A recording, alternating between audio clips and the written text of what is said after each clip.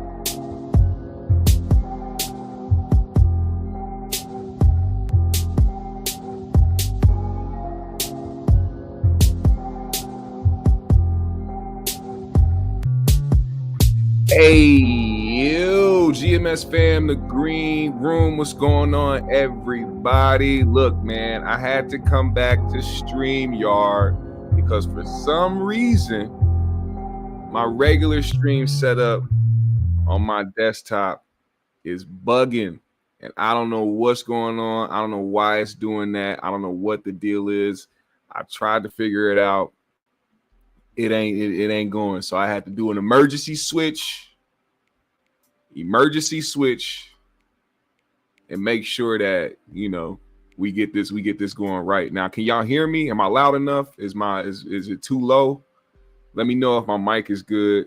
You know, I got to switch up a whole bunch of stuff when I go on StreamYard. Shout out to JR Miller. Appreciate you, man. Yeah, y'all make sure y'all hit that like button on the way in and follow on the socials. If you want to support the GMS show in a big way, you can hit the super chat. You can become a member, or you can hit the Cash App that is about to be scrolling right below the screen. Shout out to G in the building. J, is it J or G? Glittery Bubbles, I see you. Appreciate you. Queen Kale's in the building. Joe Foreign ass. Prince Young in the building. Shout out to Prince Young. Binky, Bianca, my family out in Florida. How you feeling? I appreciate you for tuning in. We got a lot of things to discuss today. We're going to start with, of course, some comments made by none other than Corey Holcomb. Sonny Blacko, what's going on, man? What's happening? Monique, I see you. What's happening, Monique? Appreciate y'all for pulling up expeditiously. We have to talk about this because, you know, Corey had a little turmoil. You know, we talked about it last week. So Corey was mentioned by Coco Brown. Coco Brown is another comedian, a female comedian who has been in the game for a long time. And if you have been paying attention to anything that's been going on in the 5150 realm, you would know that Coco Brown has been accused of stealing Corey's jokes.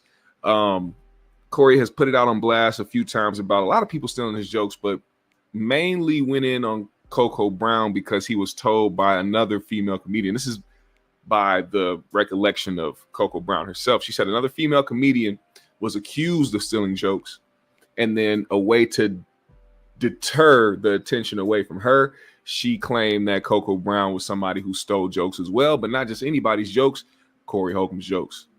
Now, Corey went on several disrespectful rants about Coco Brown. As of recently, over the last month or so, made some disparaging comments about her, talked about her family, talked about her husband, and just went on a crazy rant about her. So Coco was a guest on Torrei Hart's podcast, Brutally Honest. Now, if you don't know who Torrei Hart is, that is the ex-wife of Kevin Hart. They share 2 kids together.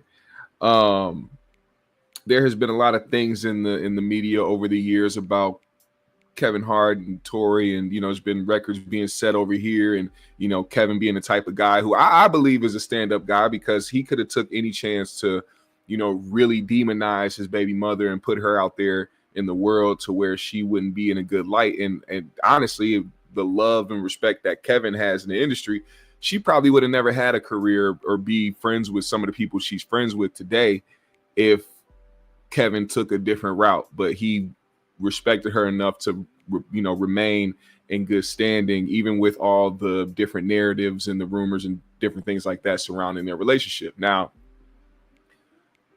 Corey has said some things about Torrei in the past as well. He's made it very clear that he doesn't necessarily like her.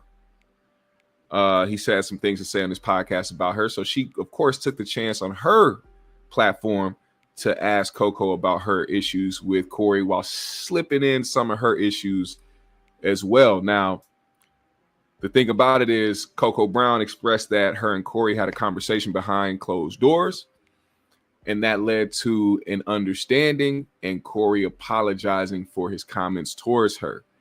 Now, she would have definitely preferred him to apologize in public because of the simple fact that you blasted her in public. You made something that was a private situation public by blasting her and blasting the situation at hand, and did it all without proof, which we're going to get to later on down the line, because he, neglected to speak on the Tyler Perry situation because he didn't have enough proof. But we all know why he did that. Anyway, Coco Brown said it's all good, even though she preferred a public apology. It was an apology nonetheless, and she's accepting it and moving forward. Corey, on the other hand, did not let it go, but only as far as Torrei goes. He didn't have anything to really say about Coco Brown at all. I think later on in the show, I think he did mention something about a big bug-eyed comedian bitch who he would never write jokes for. I don't know if he was aiming that at Coco Brown, but then it's like, once again, it's that situation where you behind closed doors tell somebody that you feel this way, and then next thing you know, you back on the show saying X, Y, and Z. He had a lot to say about Torrei Hart, and we're going to get to that. Actually, we're going to make sure we put this up here on the screen for you. Let's get this going. Let me see if I can get this up here. Sweet. Can y'all see it? Let's see. There we go. Let's get to it. What's up, GMS fan? Make sure y'all hit that like button on the way in. I see you. What up, Heroic Dose? All right, let's get to it. I forgot I can highlight some of y'all comments up here. I'm gonna do that as we go along. So make sure y'all tap into the live chat so I can highlight y'all comments. Let's listen to this, man. And Kevin Hart's girl, Nico, she complimented him well. They look like a very attractive couple together. Because this is Los Angeles. And I'm here to tell you, all you people who don't want to hear this, get ready to get mad. This is LA, where how you look matters. Kevin Hart and his girl Nico were a very attractive couple on the red carpet and in pictures. I was proud of my brother. Everybody had problems in relationships. Do you know how hard it is to stay with somebody? Most people don't make it. Let alone be a celebrity. Right. Let alone be a celebrity. Especially a man with options like Kevin. Especially a woman, watch this, a woman with the type of options Nico has. It's you. No, I'm just being honest. Kevin Hart girl helps. This is the important part. Listen to this. Kevin Hart's girl helps his production. When he presents her, it's good for your production. Overachieving. Oh, he's an overachiever. Wow, You can't be on the red carpet with a blister. See, if Kevin hadn't advanced his situation as far as it go with who he got on his shoulder, he would have a blister on the side. You know what a blister is, right? A blister is that thing people see on you. Sometimes they don't say nothing, but they all look at it like this. Not a blister. What is that? Ugh. Oh. So my brother Kevin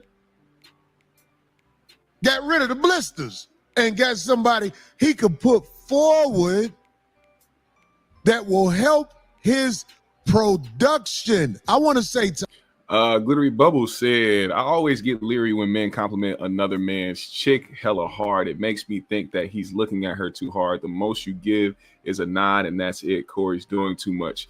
See, now here's the thing. I have to look at it from the standpoint of why he was doing that, though. I think he was giving it because here's the thing. He didn't even, say her first name right. It's Nico with the E in front of it. It's not just Nico, but he needed to compliment her in that way because he was throwing jabs at Torrei Hart. So I will say, though, in other instances, he clearly displays the fact that he looks at other people's women too hard because he says himself that he doesn't want your wife or your girlfriend around him, which is probably one of the worst things you could say because he looks at it from a standpoint of, oh, it's the man's fault for bringing their girl around him, when in reality, it's your fault for even trying to do anything or look at them in that way in the first place. You shouldn't be looking at your guy's girl in a way where you feel like, oh, well, she shouldn't be around me because she finna get stole, or I'm finna try to get at her. Like, if you can't help yourself in that way to where you can't have no type of self-control being around somebody you know's woman, their wife, girlfriend, whatever, that's a bad sign, in my opinion, a very bad sign. To all men who come to LA, this is a place of vanity. And besides the BACKDOORIA, your production of what you doing has to be on point. If you standing next to a blister, it will interfere with your production. Then we had a picture of them. Let me look at that picture again. Yeah, God damn it. Kevin, she had to wear heels. That's the only thing. You my nigga. I love you to death. But she got to wear her heels with that beautiful dress. His girl, Kevin Hart girl, helps his production.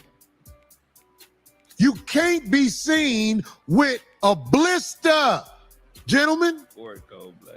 Ain't I? I'm cold because I ain't got to say what it is. I got to speak the truth. That's what I have to do. I have to speak the truth. Everybody in Los Angeles who trying to make it big time, if you seen in public on the red carpet, it's best that you have something that helps your production. And on top of that, they have a family together. They have had problems, I'm sure, like most couples have. But I love this picture because I was there when they first started being around each other. And they beat the game. All of this in the news about, you know how we all get rated by the media with stuff we may or may not have done wrong. They beat it. They showed up at the BET Awards. I have a special place in my heart for what I feel is productive for my brother Kevin. It ain't no secret. Kevin has helped me before. I love Kevin. I love his girl. I love them being together. I have never seen this woman lie. This is on what me. The young, the YNs, this is what they like to call glazing. It's called glazing. All right.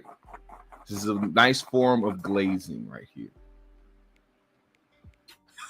I ain't never been. But nonetheless, he's not wrong.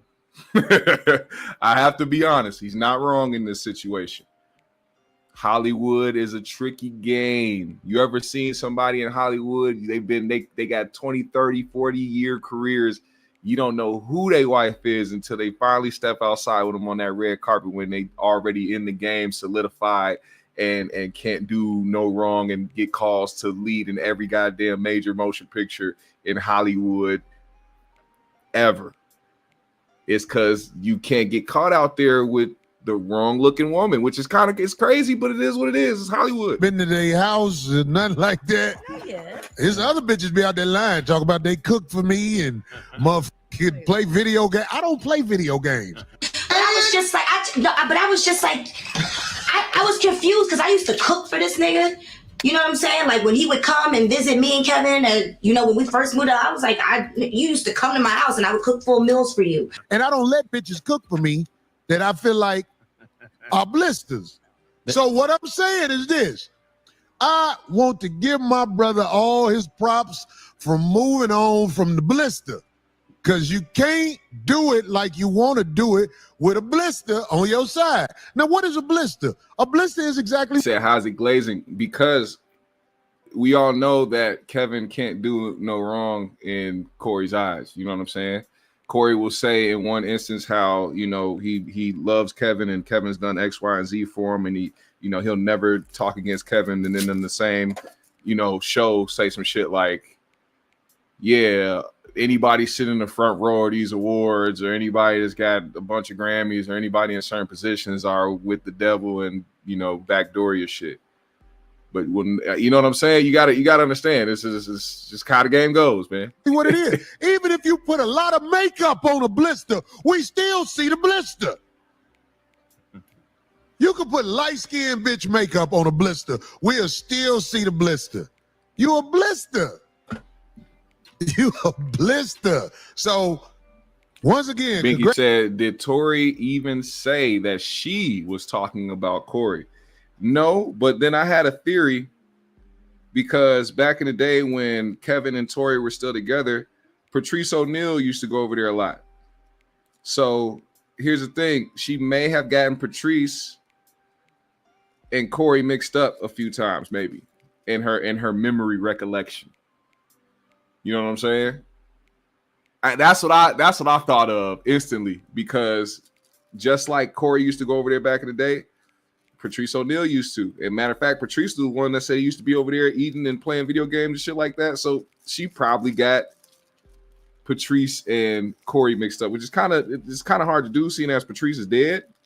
But in for memory's sake, if she was the type that, you know, didn't really, you know, pay attention like that back in the day, because it was Kevin's friends. You know how your girls be. They just, you know, your friends are the annoying people that come around to take away the time and space for you and your woman to get closer and do couple shit. They be getting mad at your friends for coming through all the time. Why is he coming over again? Oh my God, you love your friends more than me. It's like, no, you just be annoying the shit out of me. I need some peace and solace sometimes, bitch. But she said, I'm saying she didn't say or insinuate Corey, though. She just said a dude. Coco talked about Corey. Well, I feel like she would have at least cleared that up then, because the jump to Corey was very quick. And also, you know, she went along with it and kind of kept going on with the conversation at hand. She didn't really say, you know, I'm not talking like when Coco mentioned Corey, she could have been like, well, I'm not talking about Corey in particular, but, you know, I understand he's been talking about you. Also, Corey has said some things about Torrei before as well. So it's possible. It's possible. Let's finish this up and then we'll keep going. Congratulations on my brother Kevin hosting the awards without the drama that come with a blister on his side. No, I love that picture. What up, Will? I love that picture. I ain't saying that for hate, and I'm not saying it for whatever. But I was like, hold on, man. This man done found a way to excel in life. I don't care what y'all say about nobody. Everybody gonna get it. I'm talking about drama. We got all the brothers. If you ain't got your drama yet, it's coming. Now, he said, the great Reverend Pimp Daddy says he didn't agree with Kevin when him and Tiffany Haddish got into it. What did he say about Kevin at that time? What did he say? Refresh my memory. Random question. Will said, random question. When you doing another beat summit with Jeff Brown? I don't know. We got to figure that out. I'm gonna reach out to Jeff and see when we can make that happen again. It should be able to happen very soon if we can figure out a time and a day. But appreciate the question. Yeah, I'll holler at Jeff about that. Now, here's the thing. Now, I think that this whole situation is petty. I also posed a question about whether or not, Kevin will say anything, not publicly, probably behind the scenes. Like, all right, Corey, you got to chill out. It's the mother of my children. My kids are old enough to be on the internet and see the things that are being said about not just me, but the people that they love. So, just chill out, man. And if you got respect for me, you got love for me like you say you do, don't even pay that no mind.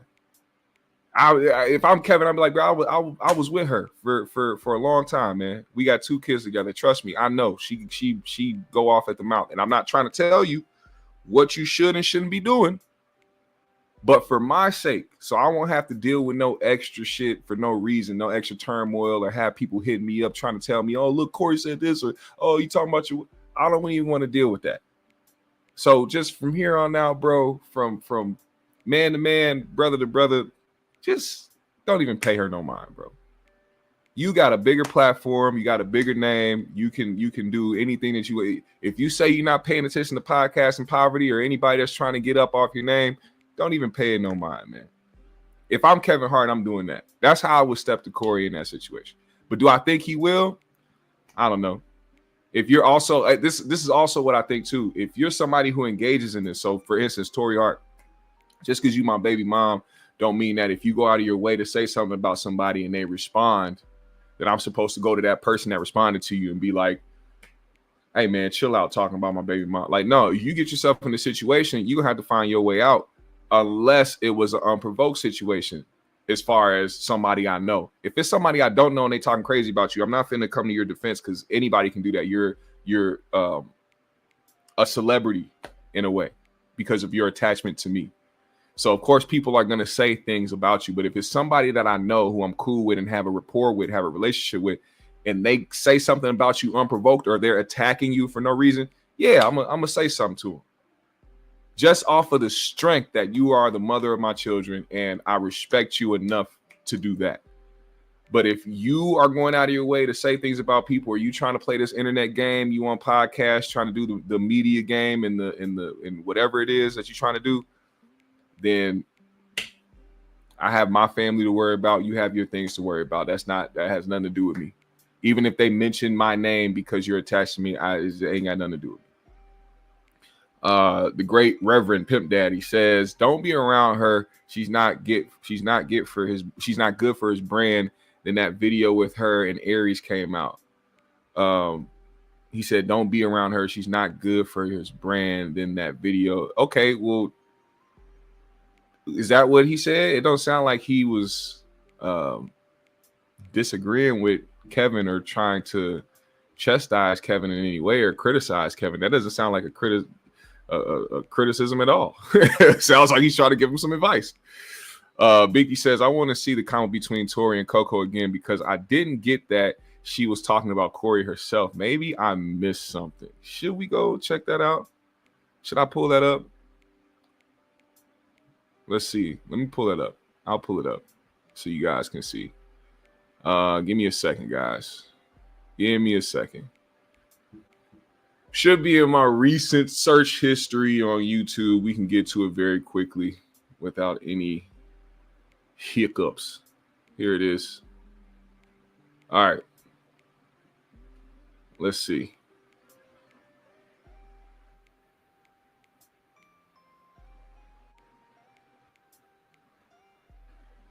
All right, here we go. Here we go. I have it up. This is the conversation between Coco Brown and Torrei Hart pertaining to Corey Holcomb. Down, I go 0 to 80 up, and I come back and say 35, 35, Yeah. 35. Honestly, if I see certain levels of anger or, because I actually yesterday because I heard this comedian was talking shit about me. And it's a male. Are they bigger than you? It's a man. Are they bigger than you? No, but he's got his own following. But I was just like, I was confused because I used to cook for this nigga. You know what I'm saying? Like when he would come and visit me and Kevin, and you know when we first moved out, I was like, you used to come to my house and I would cook full meals for you. Why do I think? You know what I'm saying? And I'm so it baffled me that was I there once when y'all first got married. I don't think not when he's been there because he would come play video games and shit and so you know I'm just like, why does he keep my name in his mouth? It's very baffling to me and confusing. So I flipped out. My boy acting up just here. My boy, I was like, yo. I'm about to go eat. I got to get this nigga back. You know, I was ready. Now, right there, when Coco was saying, I think I know who you're talking about, and then we go into the transition of her talking about Corey, that could have been a moment for Torrei to, you know, say, hey, you know, I'm talking about a different comedian, but I know Corey be talking shit too. But then you got to think about the history of it all. Like I said, there's only a few people I've heard of speak publicly about hanging out with Kevin back when he wasn't Kevin Hart, so to speak, the big superstar Kevin Hart. That's Patrice O'Neal and Corey Holcomb. One of them niggas is dead. So the other one has to be the obvious. She said he'd be on his podcast talking about her, talking shit about her. It's a male comic who has his own following. I don't know. I was ready to pick my phone up and start talking to the phone, which I still don't to this day. Like, understand why people be, yeah, motherfucker, like, you know, and I have his number in my phone, but that's what I wanted to do, talk to the phone, you know, like, and then hit send, and, you know, so I was all hype.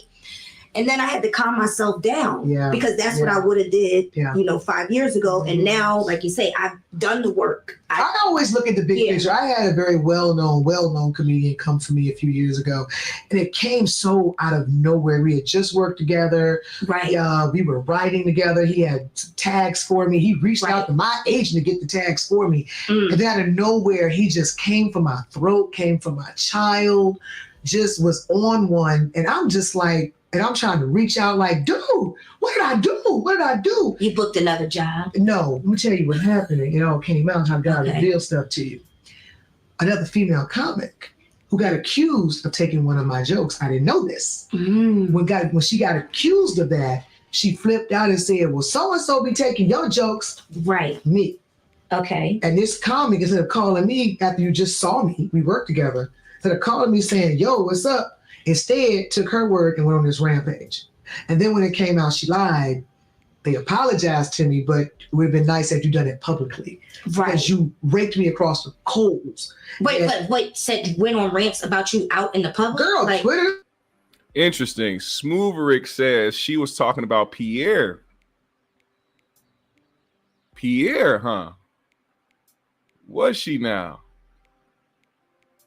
Was Pierre coming? He might have been coming through. Smooth Rick might have some breaking news for us because I would have never guessed Pierre. Why would it be Pierre? What did he start saying about Torrei recently? I haven't. You know what? Should we do some investigating? Should we do some investigating, chat? Let's see if we can investigate this and see if we can clear this shit up, huh? It's probably why Corey's confused. He's like, bitch, I don't even play video games. I'm like, I mean, to me, that sounded accurate because I've never heard Corey talk about anything video game related. Never in my life.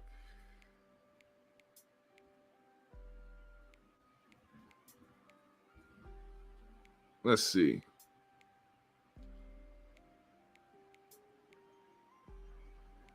She's been on his podcast. I don't see any videos popping up of Pierre saying anything about Torrei Hart.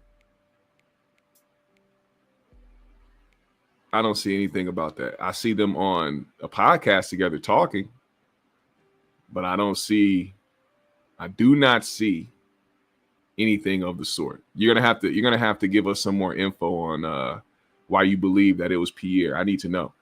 What up, Justin?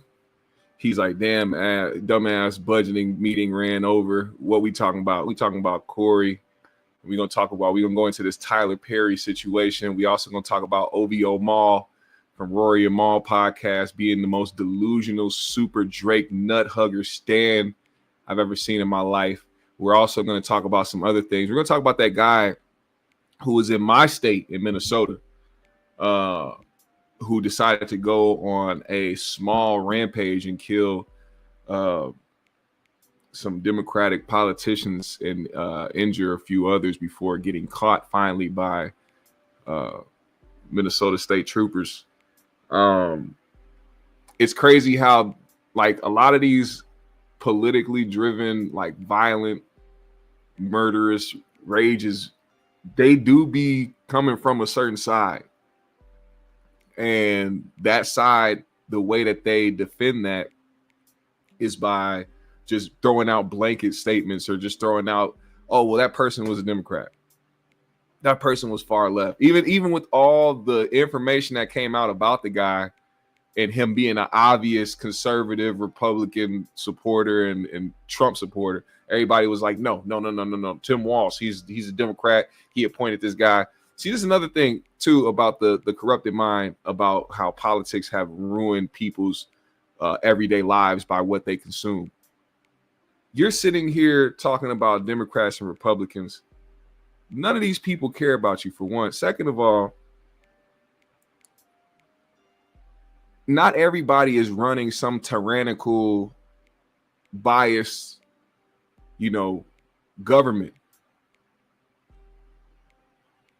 What do they call it? Bipartisan? Where a person in leadership, regardless if he's Democrat or Republican, will appoint other people from different parties. Like Tim Walz being somebody who is in a non-biased, bipartisan situation with whatever he had to appoint these people for. He was appointing Democrats and Republicans because he understands we have to work together. See, when it comes to people that are diehard Trump cult members, they want everything to be one-sided. There's no together, there's no work together, there's no compromise. There's our way, how we want it, how we see it, that's it.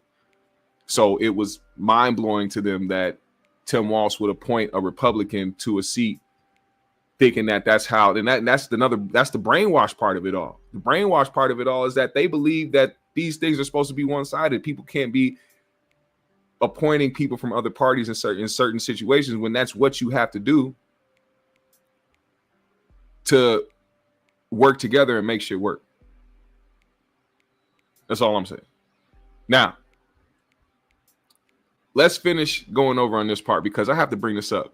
I wanted to bring up the Torrei Hart stuff first, but I need to get to this Cam Newton situation. So ever since Corey did the Cam Newton show, he has had a disdain for Cam by how these things have played out. After having the doctor on his show, the Dr. Bryant on his show, just the certain backlash that Corey got. Corey didn't feel like he was being defended, or Corey felt like, there was like some type of agenda. It's kind of crazy how it kind of came about. Cam put you on his platform. The podcast or the episode did millions of views. In my opinion, I don't think there should have been a reason for him to start going at Cam, but I think he started seeing certain things happening and felt like he was being treated unfair. So he went and basically compared the situation of him speaking on Will Smith and how Cam reacted to him speaking on Will Smith compared to how Cam reacted to singer K. Michelle, I guess, disparaging men, and also the very weird situation regarding him and Pastor Jamal Bryant, where they were sitting together with, Cam having on his Daisy Dukes, and fucking Jamal Bryant decided, hey, I'm just going to call this man's legs beautiful. You have some beautiful legs. It was a very, very odd situation. Now, I don't have that video. I should have probably queued that up, but I can find it. I can get it. I can get the video very quickly. Let's see.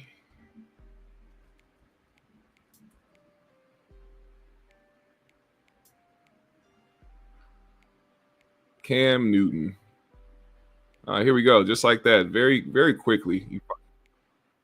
Jesus Christ. The way he even said it, he sounded like dude from Family Guy, the old nigga from Family Guy. Oh, it's Chris. You say you want some popsicles out the cellar? This nigga said, oh, Cam, you have some beautiful legs. Listen to his soft, sultry voice. You got pretty legs, man. You got pretty legs, man. And the way he said it too, legs crossed, hand on the pole, freshly shaved face to make him appear younger than he is, a baldy, glasses. Man. And they lanolated. And And they lanolated. Lanolated? That nigga say? See. You got pretty legs, man. Man. And they lanolated. Did he mean to say laminated? Either way, a nigga sitting in front of you looking like this, and you decide to compliment his legs. I don't know, man. Listen, I look, the way that he said it was very appalling. I'm not gonna lie. And then Cam was very, very forthcoming, very accepting of what was happening there. I don't think he cared too much. I think, as a matter of fact, he found that to be very oh no, we gotta continue. There's a longer version of this video I have to play because this nigga Jamal was straight up flirting with this nigga. There's no other way to put it. Jamal was flirting with this nigga Cam Newton. Look at this. You got pretty legs, man. Man. And they lanolated. Man, listen, I mean, I'm back working out. You put shea butter, Jergens. Oh, you see that? They glowing in the dark. I'm just He said you put shea butter, Krispy Kreme glaze, put a little bit of Crisco on your legs. How about that, Cam? It's just a beautiful sight. Something I would like to see on a daily basis.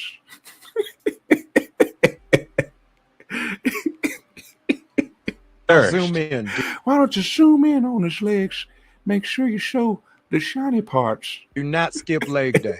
don't do that. Don't do that. Sometimes you got to remind people, like, it's okay, but the work has to be done. Oh, listen, it's evident. It pays off. Know what I'm saying? I'm back eating right, trying to live right. Yes. Cam uncrossed his legs. He did not flinch. He don't care. Look how he looking at him. This nigga look like Gay Blade.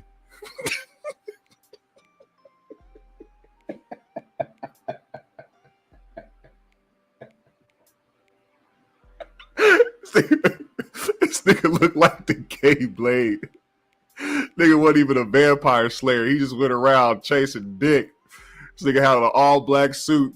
He didn't even have a sword. This nigga pulled out a 20-inch dildo. There was no, and all he do is fight allegations. That's all he do. He fight allegations, but behind closed doors, oh man, this nigga be slaying bussy. Ain't no way. I don't care who you are. If you are a man, a straight man, a married man, at that, what in the hell are you complimenting this nigga's legs for? This nigga was salivating at the mouth. Oh, look at the way your legs are shining.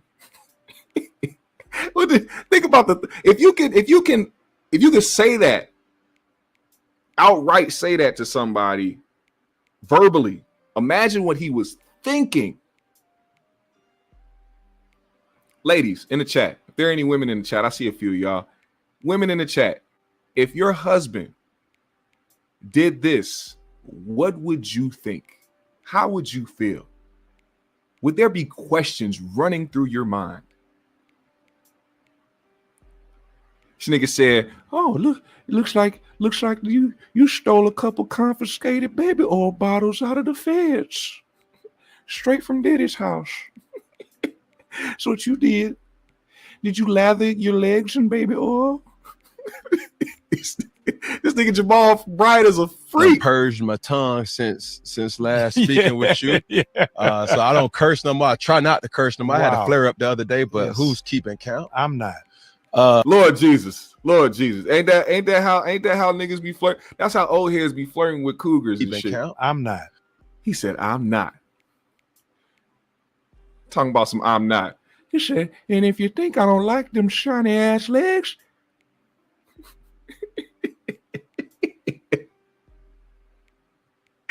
if you think that I'm playing around about how shiny and oily them legs are, God damn it, I'm not. Cam couldn't even switch the subject. This nigga said, I'm trying not to curse. I've been working out. I've been eating my vegetables and my yes, but them legs. This nigga, he didn't even have to say nothing. The way he was looking at Cam, let Cam know, the conversation is gonna stay right here. Right here, where them legs start and where they end. That's exactly where this conversation is gonna be at. We're gonna stay right here. Every time you try to switch to something else, you can talk about the pigskin. Talk about your career. Guess what I'm gonna say? You see them legs when he was running back out the pocket? When Cam stepped back and threw the ball? You see his leg? You see the leg formation? Yeah, we're gonna go right back to your legs. Nigga, shut the fuck. What? Excuse me? Hey, what did nigga say? Security, you need to turn in your damn bad. No, you need to turn in your damn Bible, nigga. Pastor, you need to turn in your goddamn Bible, nigga. Hey, your motherfucking collar, nigga. What is you talking about? Greasy ass legs for, nigga. You are a pastor.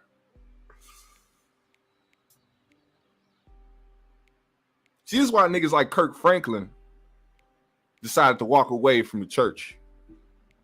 He remained spiritual. He remained in the knowing of a higher being, but he said, you niggas? Nah. I'm going to go on stage and dork in peace. You know what I'm saying? You know, Kirk Franklin be dorking. I don't know if y'all know what dorking is, but it's the opposite of twerking for a female. It's dorking is where you do the thing where you shake your dick or something like that. But they call it dorking, and he be on stage dorking to gospel music. So it is what it is. Anyway, let's hear what Corey had to say about Cam Newton. I'm sorry, I led y'all on a tangent. We supposed to be listening to what Corey said, but I had to get that off my chest because when I saw that shit, I was appalled. I was befuddled. I was baffled. I was bewildered. My flabbers were gasted. All right. Shit was crazy. Anyway. This is what's going to get me in trouble, but I got to say it. My brother Cam Newton sat there and let her say whatever she wanted to say. And one time he said, I received that. Now, first of all, let me put this out there. I was in awe when I met my brother Cam Newton. When I met Cam Newton, I was in awe because anybody who know anything about sports know that this is a specimen. Cam Newton was one of the standout Heisman winning, and they didn't even like him and they gave him a Heisman because he was at Florida with Tim Tebow. And, you know, it was some little adolescent stuff that happened, if you ask me. I call that like when you get caught, it was something to do with a laptop missing. Yeah, he went to Florida first, Phil. Yeah, he went to Florida first. And then he went to Auburn and won the Heisman because there wasn't nobody like him. Do you disagree with that, Craig? No, he is a LeBron type of NFL. Yeah, NFL. He's the LeBron of the NFL for sure. Don't be acting like I don't like my brother, but I got to tell my brother, listen, man, when you let them women have their way with you like that, it don't sit well, especially I was on your show. I said something that you didn't really agree with, and you act like it was the end of the world. You got that clip when I was on there? Hey, let me know if you got that clip and you could play it because, I mean, he let this lady, K. Michelle, sit there and talk crazy. I don't care if a bitch be crying. I'll be like, bitch, you crying because you're crazy. You got a fake ass, fake titties, fake. Your nose been carved. Your face. Look, when you cry and you didn't have work done on your face, you can't do this. That bitch was like, I think I'm Corey, just saying. I think he was really mad at the fact that Cam didn't try to check her because he thinks that people should have the same beliefs as him.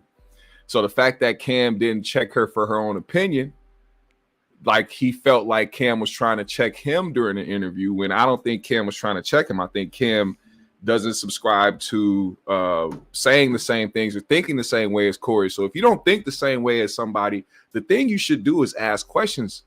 And that's what Cam was doing, or even give some type of pushback. Like, that's the thing. Corey wants people to just agree with how he feels because he feels what he's saying is the truth. But if you get face to face with somebody, especially another man who isn't somebody who is a yes man or clams up or just says, okay, Corey, whatever you say goes, Corey's going to look at that as challenging instead of looking at it from a standpoint that everybody ain't got to think the same way as you. So what K. Michelle was saying, regardless, they're doing an interview. What is Cam supposed to check her on when she's talking about her own experience? Just like the same way somebody can't check Corey for saying certain things about women, because that was his personal experience with everything that he goes through. Y'all would never look. You would never in your life say that somebody should have checked Corey to his face when he's giving his opinion about his own truth. That's a fact. That's a fact. What did he need to say? What did Cam need to say besides listen to it? Doesn't mean that Cam agreed or even, he could have agreed. Even if he did agree, that's how he feels. Jesus Ramirez, shout out to you for the 10 in the super chat. I appreciate you for showing love, man. He said GMS Backdooria War Saga episode 7, the boo-booig menace. Corey was shopping himself last night to Hollywood offers, but the more I watch, the more I agree with Aries. Corey is a one-note comic. Damn. Yeah, I saw that as well. For somebody who has a lot of disdain for the industry, he sure does like to call on them to, throw him a lick. It's damn near borderline begging at this point, as many times as he's brought up the industry, the same industry who he despises of, apparently. Welcome to my life vlog says any real black man should have called out that hypocrisy. Well, I'm gonna be honest with you. I didn't see what the fuck she said. I didn't. I don't know what she said about black men. I don't know what she did. I can't speak to that, to be honest with you. And I'm just keeping it real. I'm not one of those people that hear Corey bring it up and say she said X, Y, and Z. And if that's what he said, I'm gonna run with it. If I didn't see what she had to say, I'm not gonna say she was wrong or right. All I can speak to is common sense. And if he didn't feel like he needed to check her on what she said, what can you do about it? It is what it is. Now, let's finish this part. We gotta get through some shit. And she was allowed to dog out the brothers and act like we the problem. And everybody with common sense know we ain't thinking about this. But I'm saying, like, I'm trying to figure out, this is starting to make me wonder, why does Cam let these women come up there and say all this nonsense? But when Corey Holcomb said something, it shook him up. That is interesting. Hold on. Do you got the video? Hold on. I like this statement a lot because there's a lot of truth to it. The great Reverend Pimp Daddy says, no different from Cap suing the NFL than try to get picked up by an NFL team. Now, here's the thing. Here's the thing within that. Colin Kaepernick, during that entire time, was still NFL ready. A lot of guys that was coming into the league. Now, think about this. The draft before this, the draft where he tried to enter back in or try to, get in good graces so that he can get chosen by a team. You can't talk about a lot of them guys that got picked over Cap and where they are today being in a better position. You can't talk about them like that. You probably could have talked about Cap if they gave him a chance. The same way that Corey can be Hollywood ready, entertainment ready, comedy ready, acting ready, and can go and kill some shit right now in the industry. They'll go and pick a lesser version because they go along with what they need them to go along with. So that is a good, to me, that's a good analogy. That's a great analogy. Need the people to see this. Can they hear it? Non-monogamous. Play that. Now, there are celebrities who have accepted the poly and non-monogamous relationships. Some we know, Will Smith and Jada. But we don't like guys. Huh? We don't like guys. How you know? I live in LA. Does that make... Now, there are celebrities who have accepted the poly and non-monogamous relationships. Some we know, Will Smith and Jada. But we don't like guys. Huh? We don't like guys. How you know? I live in LA. Does that... Oh, man. And they Even get to this part right here.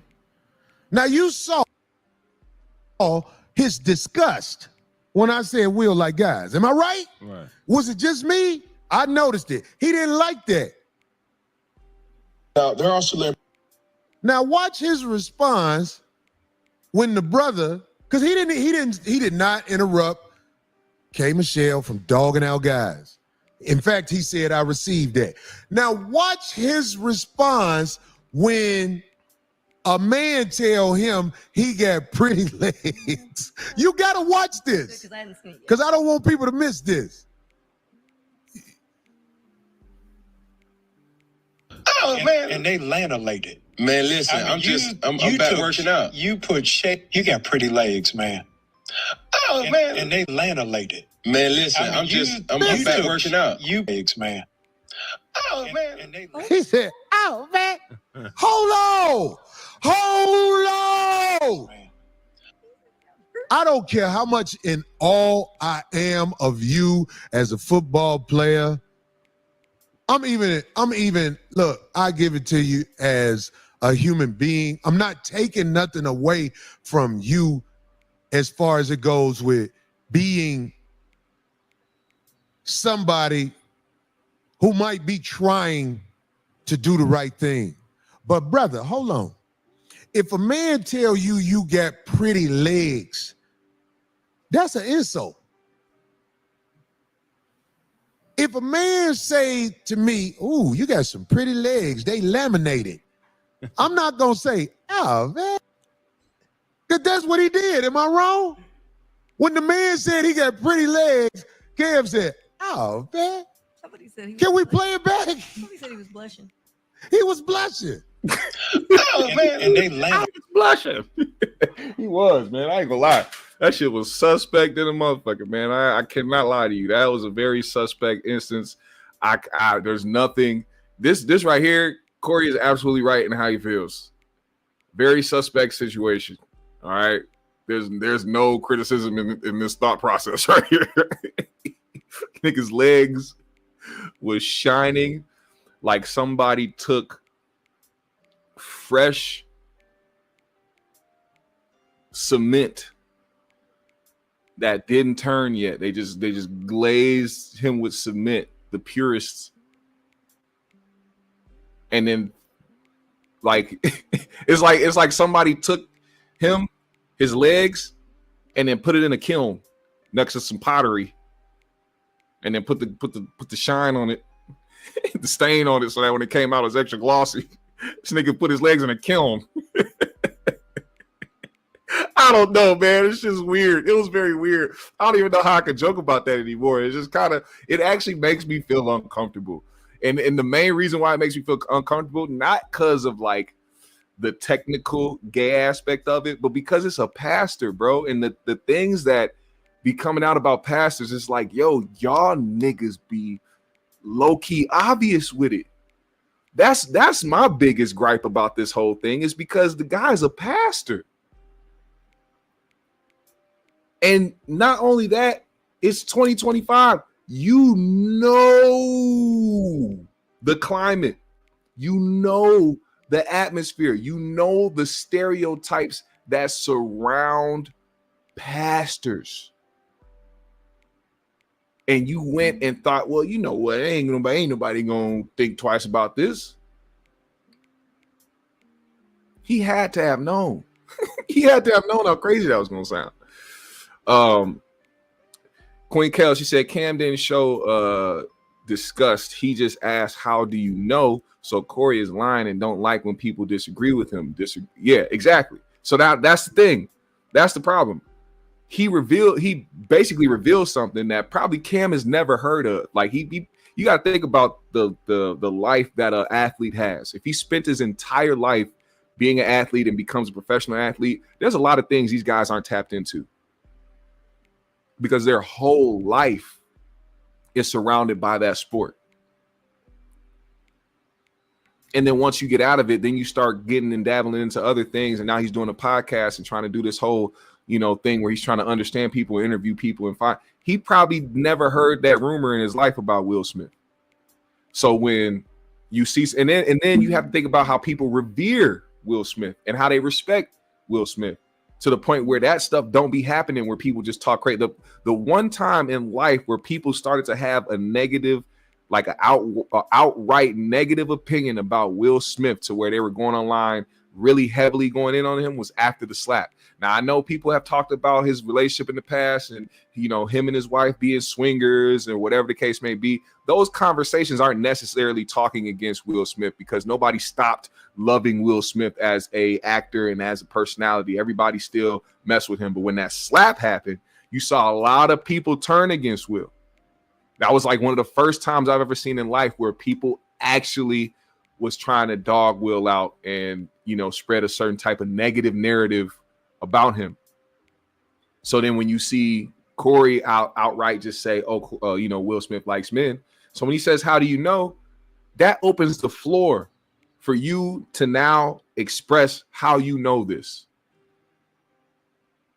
And just simply living in Hollywood isn't enough proof. But for a lot of people that watch that nigga, it is. Corey, and that's why I wanted to, when we get to this Tyler Perry shit, y'all can see exactly what I mean, because how do you, without any actual solid concrete evidence or proof, just hearsay, go along and with vindication and with all the confidence in the world speak matter-of-factly about somebody's sexual preference, and you don't have not one single piece of evidence, but was scared to talk about this situation with Tyler Perry, and we got text messages and we got somebody's recollection of the story already. You heard a driver who drove you in Hollywood somewhere tell you that Rick Ross was in a backseat getting jiggy with another man, and you ran with it. You didn't ask nobody else. You just said a driver who didn't even give you no proof. He just told you. You went with the gossip. You went with the hearsay and decided to run with the narrative. But we got text messages, and it's been very obvious what type of person Tyler Perry is behind closed doors. That man likes pussy, allegedly. He got too much money. I don't want them problems. You thought Cardi B and Tasha K was a nigga. Somebody like Tyler Perry get a hold of you in some legal litigation, and you better watch yourself. He said, bro, we heard about Dwayne Martin and Will Smith 15 years ago. That's a loose we. That's a very loose we. Pause. Because even with that narrative in the air, I didn't see nobody stop messing with Will Smith. I didn't hear that being such a strong narrative in society where it started to tarnish his image or make him not be beloved by the majority. I believe it was after the slap happened that people started to actually feel that negativity towards Will. And that's what I'm talking about. I'm not talking about like rumors or anything like that, because it's always been rumors, but I'm talking about people's public perception of Will and how they feel about Will overall. That's what I mean. Welcome to My Life says, I'm happy Corey is one of the only brothers bold enough to call out Will. How Will's family dynamic is so weird, where an R&B star screwed his whole family is crazy and needed to get called out. What needed to be called? That's the thing too. Corey's like narrative that things need to be called out is crazy to me, because if anybody calls him out, what is the result in that? The result is that they just trying to get clout off his name, or that they ain't got nothing better to talk about, or they spreading lies, or these people are this, or these people are that. He has all types of negative connotations to put on people that call him out, knowing he needs to be called out for a lot of the things that he says. People will come here, call me a hate channel. People will say all types of shit. But then when it comes to, other people's lives who he has no connection to whatsoever, oh yeah, Corey needs to call that shit out. Call out what? How do you know that their family dynamic doesn't work for them? See, we've also allowed, like, and this is the narratives aside. We have allowed public perception and the things that people say on the internet that are speculative allow us to run with narratives. Because the internet told us that Will was bothered and that Will had an issue, or that Will was, or that Jada was breaking Will down because people shared pictures of Will's face on that Red Table Talk, everybody ran with it. Even though Will, in my opinion, and I've said this before after it happened, I didn't think Will was bothered at all. I think Will's face, that viral picture of Will's face when he's sitting across there and it looks like he's torn down, that was in my opinion, I've seen his face. That face is the face of a man that's tired of having to hear about some shit he don't give a fuck about. And I've said this because of how many people Will done tore down in the industry. You know how many bad bitches Will has taken down in this industry? Do y'all know? I don't know. But if his wife is allowing, or if his wife is getting into entanglements with niggas and Will didn't leave, or they're not divorced, clearly they have a dynamic that has been working for them. This was an instance where it didn't work because the one time, this is the thing, Will was looking like that because he said, bitch, how you allow this nigga to come through and expose the inner workings of our shit? We have been doing a great job at keeping this shit under wraps. I've been fucking on this, you've been fucking on that, and we've been coming together as a family and working together and keeping our dynamic built up. Why would you go ahead and allow this situation? You could have picked any dude in the world. You chose the one dude who was going to go out in an interview and expose our inner family workings. Why would you do that? That's the type of stuff that'll irk me, because I don't know if y'all understand. People in Hollywood's relationships are a lot different than your regular, average, everyday 9-to-5 niggas out here who aren't famous. See, we care about the companionship. We care about the bond. We care about exclusivity. We care about being with one another and not sharing one another. You cannot be the person that knows that bitches and niggas get passed around in the industry all day and think that they're supposed to be some union between one and others in Hollywood. No, they get shared. They get shared. That goes for niggas' wives too. So in my opinion, I never thought that Will was torn down or his wife was just abusing him and just taking advantage of him being a nice person. Do y'all understand? Will doesn't have to do any of that. Will ain't got to do. Why in the hell would Will allow this situation to break him down? It still didn't. That was another clear sign for me that situation on the Red Table Talk wasn't what a lot of people thought it was, because they stayed together. He still was still there for her. He still walked up on that stage, smacked the shit out of Chris Rock. A lot of shit happened since then, since the entanglement, that showed me that has been their dynamic. Now, when people talk about the family, they talk about Jade and they talk about Willow. Why the fuck y'all ain't ever talking about Trey?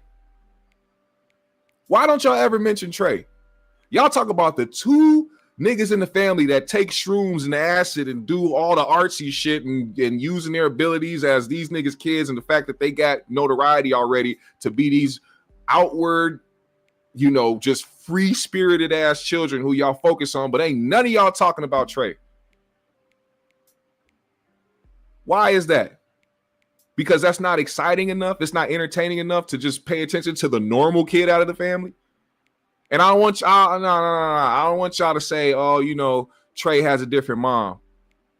Trey grew up in that dynamic, regardless if he has a different parent. And Trey doesn't be low key. This nigga's a whole streamer. This nigga be streaming video games on Twitch. He has a whole following, all that shit. Trey is not silent. He's not quiet. He's just not labeled as weird because he's not out here doing what people think is weird. When y'all say that the kids is fucked up, y'all never mention Trey. So that's why when people bring up the kids, I don't want to hear it, because it's like, yo, y'all see the difference in this shit. Trey is matter of fact, y'all don't even know me and Trey. Trey know Trey know me. Trey know the GMS show.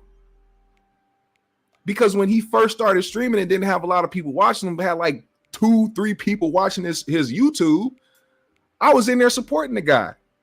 So he know about the GMS show. Now he's starting to get traction. He's starting to get up there in ways where people are paying attention, and is on Twitch. He's dropping merch. Trey's doing this thing. But he doesn't get talked about because he's not the super famous kid. He's not Jaden or Willow, who's, you know, out here doing X, Y, and Z. And y'all looking at like, oh, well, look, Will and Jada so messed up. That's why they kids so messed up. Well, what about Trey, nigga? He is not messed up at all. I think Trey decided to leave the shrooms and acid to his little brother and sister. I don't know. It's just my opinion. Like, a lot of people pay attention to the suspect shit Jaden be doing, but if you actually paid attention to like his career and the things that he be talking about and rapping about, singing about, that shit is based in psilocybin, my nigga. That nigga Jaden be off the drugs. He be off the psychedelics. Same with Willow. So, of course, inevitably, they're going to be a little weird. Now, I will say this. She said, Vicky says, the mom definitely makes a difference. Yeah, the mom makes a difference, but the environment almost always influences. Almost always influences. The same way Kevin Hart and his 2 kids by Torrei Hart have the influence of the dynamic in his household. Do you think that they act the way that Torrei might want them to act, given their situation with their father being who he is and the access to disposable income that he has? Those kids are probably more susceptible to doing things that are in the realm of the dynamic of that household than they are their mother's household. That's all I'm saying. That's how I personally feel. That's how I personally feel. AP says, in what world does a kid's mama not play a part in how the kids move? Oh, I don't say that. I didn't say that. That's not my point. That's not my point. My point is being in that household and being in that dynamic. You have choices at that point. At that point, you have a choice. Just like Dwayne Wade's Zaya has a biological mother. When Zaya wanted to do what Zaya wanted to do, the mama had no influence over that. You want to know why? Because in that household dynamic, D Wade and Gabrielle was like, no, this is okay. Because if the mom had that much say or influence over her biological child, I don't think Zaya would have went down this road. But that's just me. I could be wrong. But I do have the examples. I have the examples. Let's see. Extraordinary says, didn't Will say he don't be at the Diddy freak-offs because he be having his own? He probably does. He probably does. Dwayne Wade has custody, though. Yeah. But we're talking about influence, and we're talking about being in the household. Will doesn't have custody, but Trey stays in that household.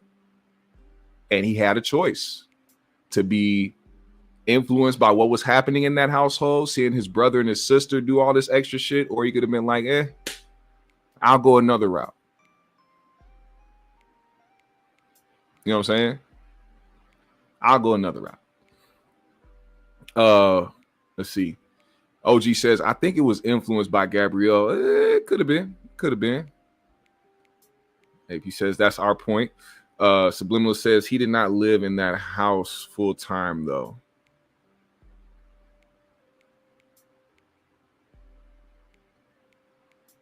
You don't have to be. I think we're missing the point of influence. I keep bringing up influence because it doesn't matter where you're at. If another space seems more lucrative or it seems more interesting to you, you'll follow that, which is why I keep saying he had a choice. He had a choice to see that, and clearly that wasn't nothing that was attractive to Trey. To be like, let me start acting like these two weirdo niggas and start doing a whole bunch of he said, I'm gonna go over here and stream and just do my thing. I don't really care to be out there like that. I don't really care to be doing music. I don't really care to be doing shrooms, nasty and shit. I just want to play Fortnite and get a bag off Twitch. You know what I'm saying? And it could have been influenced by his mother. They have a great relationship. Will, Jada, and Cherie, they all have a great relationship with each other. So it's not like he's being kept from one spot or another, or he's being, he's being suppressed to a certain spot or being at his mom's house. He has a choice. And I bring him up because of that reason, because a lot of people bring up Jaden and Willow as, these crazy fucking, fucked up kids when their older brother has been around all of that. He said, our point is Trey is not influenced by the will. Yeah. Well, I guess we were making the same point then. We definitely were making the same point. That was my whole point the entire time. That he's not influenced by them. Also, my other point is that just because he does have an active mom in his house doesn't mean that he wouldn't be a certain type of way, given the influence in front of him already.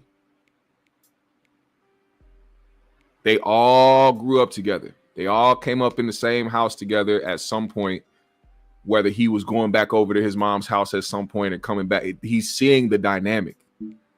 And it's very easy to be influenced by that, especially when you're becoming popular. You got all the tools around you. My dad is Will Smith. My mom is so-and-so. And, my stepmom is Jada. And, my brother is Jaden and Willow. They're becoming huge off of the things they're doing. Let me go and try to do some of this weird shit too and see if I can get a bag off that. You already know people think that way. But he decided to go his own route, which to me is commendable. I commend that. Let's see. Hold on. There was some more. I have to bring this up. Man. Where is this?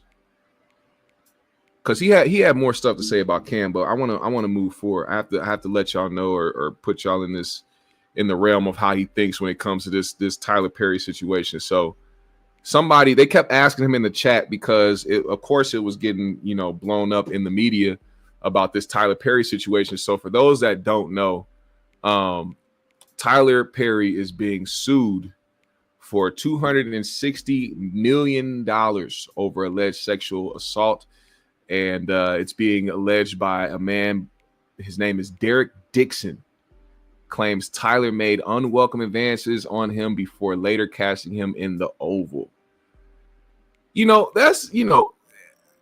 just want to say,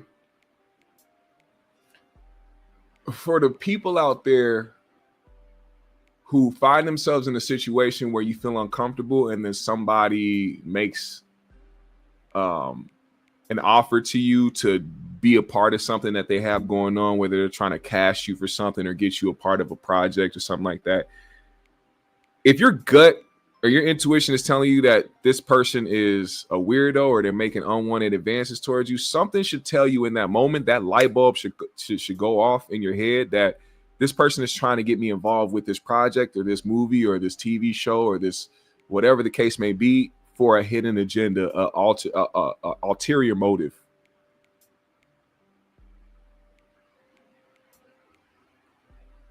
That's that part. Secondly, I think that is now a thing. This is why you cannot trust anybody. Because I think now it is a game for people to develop close relationships and get into these positions where they can talk to powerful people and have direct lines to powerful people so that they could be able to use certain things against them later on down the road for a quick money grab. This guy was sitting back texting Tyler, knowing that Tyler was making advances to him and saying suspect shit, clearly on some BACKDOORIA shit with him, and he was going along with it, and he was just, he wasn't putting a stop to it. He didn't delay it. He didn't say, hey, I'm not like that. To me, that's a sign of somebody that is trying to get at you in a different way. They're setting you up. It is no secret that a lot of people think that Tyler Perry is gay. It's not a secret. The Boondocks talked about this shit years ago. It's not a secret that people feel that way. So for you to engage in these private conversations and then later on try to act like, oh, he was trying to give me unwanted event, man, you are a grown ass man. I don't want to hear that shit. Was secretively filming like their aunties and their like moms and uncles, people like older people watching it. They certain scenes on how they're reacting to stuff. So he's touching Tyler Perry got an audience. Oh yeah. And I just don't understand why people act like Tyler Perry don't know what he's doing. He has an audience. When CDs was out, Tyler Perry got so rich off people buying his CDs and gospel plays and everything. Tyler Perry know what he's doing. And I just want to make this, I want to make sure I get this right. Was Tahari, first of all, Tahari is a phenomenal actress. Oh, Taraji. Taraji. Yeah, okay. She's a phenomenal actress. Nigga, age be showing. Mm-hmm. But answer me this. Did she have a problem with Tyler Perry or something? Did somebody have a problem with Tyler Perry? Well, you hear the average women out there talking about the man. I mean, this is what I want to say. Is it true? Tyler Perry said he made more black millionaires than any of those studios right. out there. That sounds about right. Shoot, that's dope, man. Yeah. I mean, like people would say, I'm taking up for him because he helped me do some things. Listen, man, I'm not taking up for nothing but what's right. But I will say this. Every time I have met the brother, Tyler Perry, he was professional, he was generous, and he made the energy great. Mm-hmm. Now, y'all want to come up with what he do? I'ma listen. You see, I said what I had to say about Cam, and that I do not want to burn bridges with Cam. I do want to talk to him about why he think it was cute when old boy said his legs was pretty. I would love to have a conversation with Cam about that. Why did you think it was cute when the dude said your leg was pretty and you felt like I was out of bounds by saying what I said? I would like to ask. For him. a nigga that knows how gay people get down, he sure be asking the most obvious questions to niggas he feels is backdooria. I just want to have a conversation with him and ask why that gay shit happened and if he felt like it was gay or not. Like, nigga, just if you feel the way, you feel the way, man. You ain't gotta have the conversation. That's what blew my mind about him calling that one nigga Akeem Woods. Now, you talk about that's another reason why I be thinking he be bullshitting on the show to try to make other people run with his narratives. Like, no, the only problem is when you try to hide it, you try to hide your sexuality. You need to be I get that. I get it. I get that part. You hiding something from people, you walking around trying to, sleep with women and then behind closed doors, sleep with men. Like there's a whether people want to admit it or not, or whether you want to try to put any type of negative notation or negative stereotypes or narratives around it. There's an issue with that.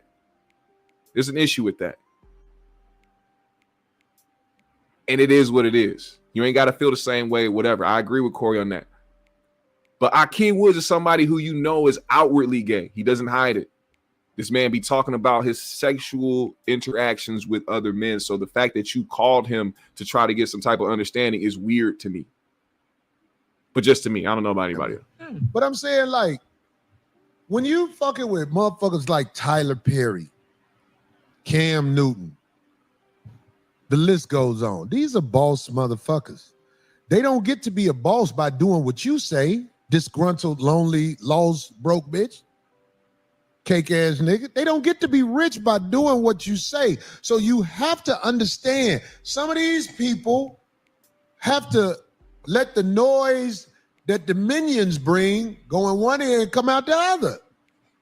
But I have the courage to talk to men about what I feel is out of pocket for the village. And I don't have to put my brothers on blast all the time. Because there's a lot of men I would like to say, bruh.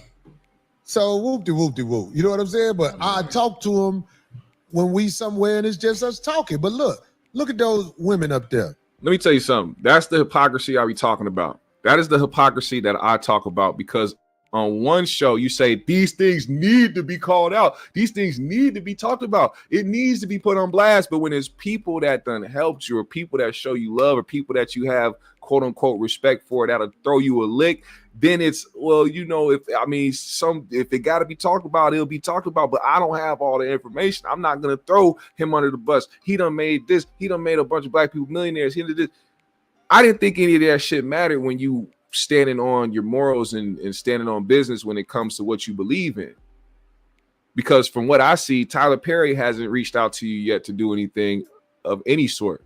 But because in the past he has, I get it. I get your loyalty to that. But there's the contradiction in it when you say that you need to call things out, or things must be put out there because Hollywood is a certain way. Then you see Tyler Perry as an executive, a person in a higher position, be called out for something like this. And the things that you preach about Hollywood and how niggas be trying to have you do backdooria shit. This should have been the most egregious shit that you ever heard in your life from somebody who you respected. And at the very least, could have spoke on the possibility of this being true or not. But completely staying away from it and trying to act like you can't speak on it because you don't have all the information, to me, that is hypocritical. Giving how you've spoken about things in the past. They're all in the movie. They're all in the movie. They're all in the movie. Mm-hmm. Now listen, I know Sherry Shepherd from being around here. She's solid. Her. We know Sherry Shepherd. Yeah. Sherry Shepherd ain't perfect. Corey Holcomb ain't perfect. Let me tell you something. One thing I know about Sherry Shepherd, she's always smiling and trying to let off good energy. But if you try her, she turns into something. And she even said it. She just said it. Girl looks like Dionne Warwick. That's Which one? crazy. All the way to the left. God damn it. This is not on subject, but I just got to say, Mariah Sincere, you are a goddamn baddie. All right. I got the biggest crush in the world on Mariah Sincere. You don't know who Mariah Sincere is. Make sure you go and subscribe to her YouTube channel right now. She is probably one of the most finest human beings in the world. She doesn't know that I feel this way. You know what I'm saying? I'm all the way in Minnesota and she all the way doing some shit in Colombia, but god damn. Okay? God damn. Somebody clip that and send it to her that I said that. God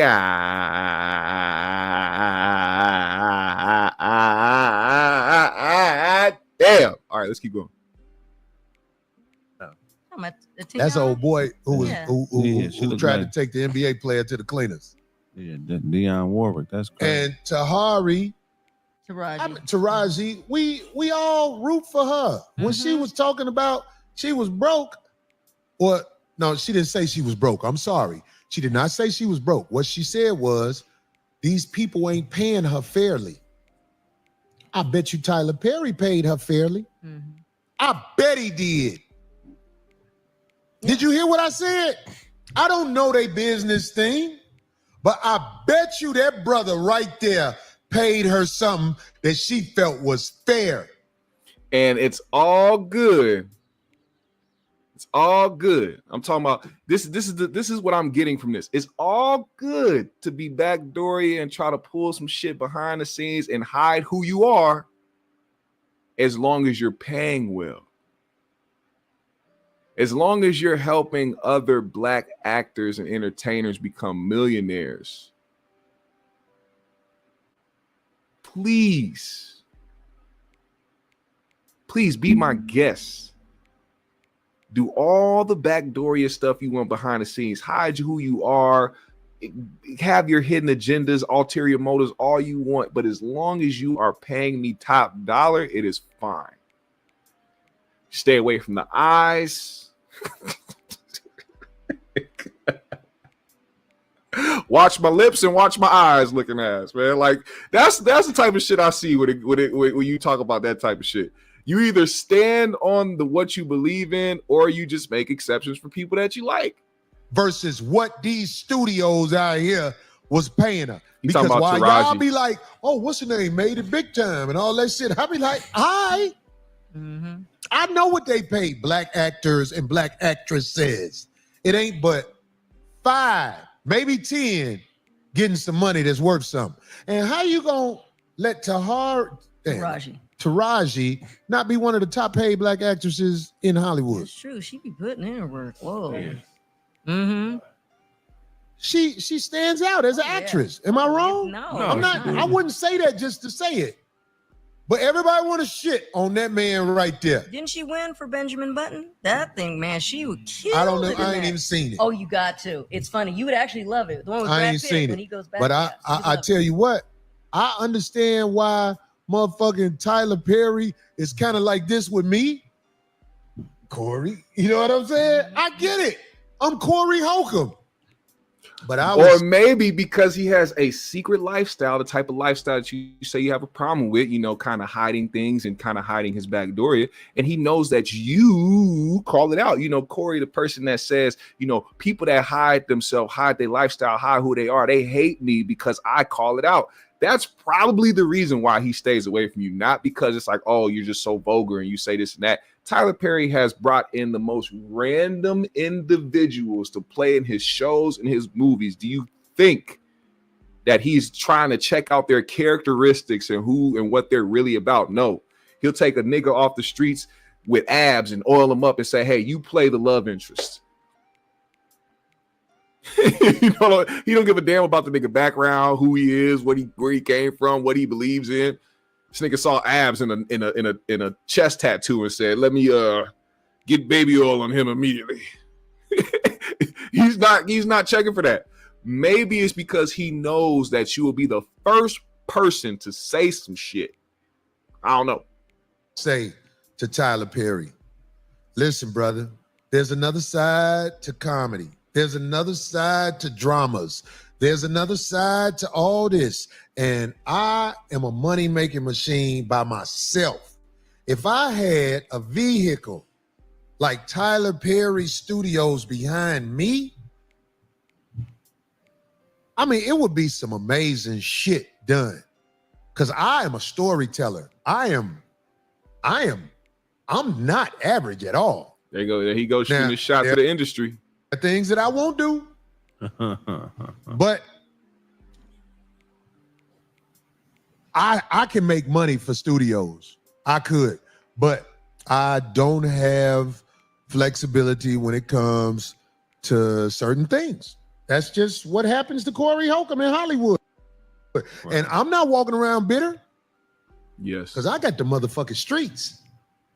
We was in Louisville this past. I don't even like hearing him. Like, at this point, you could call me a hater because I don't even like to listen to him big himself up anymore in certain instances, because to me, it doesn't sound like he's being confident. It sounds like he's trying to overcompensate or try to, you know, encourage himself to let him know that he's shit. Like, he has to remind himself that he's a dope comic and has to run off the things that he's accomplishing without Hollywood to make him feel better about the fact that Hollywood just doesn't want him around. And it's not because he's refusing to do gay shit.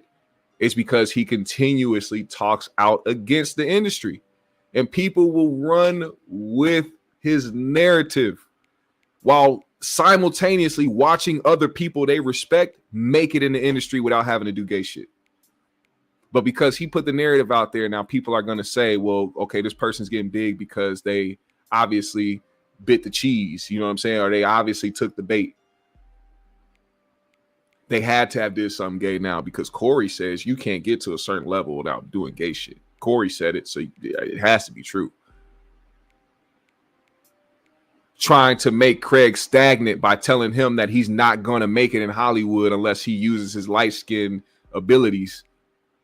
Basically telling Craig that he's not talented enough or has the sense enough to get in these rooms and do things without having to do gay shit.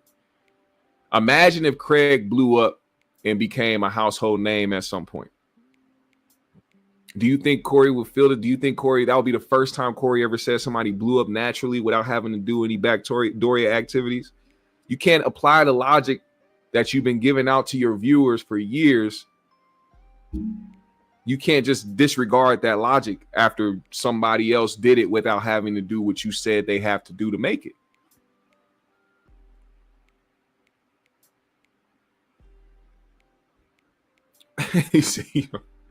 Hurricane say he don't have flexibility because he old. He fell off a scooter.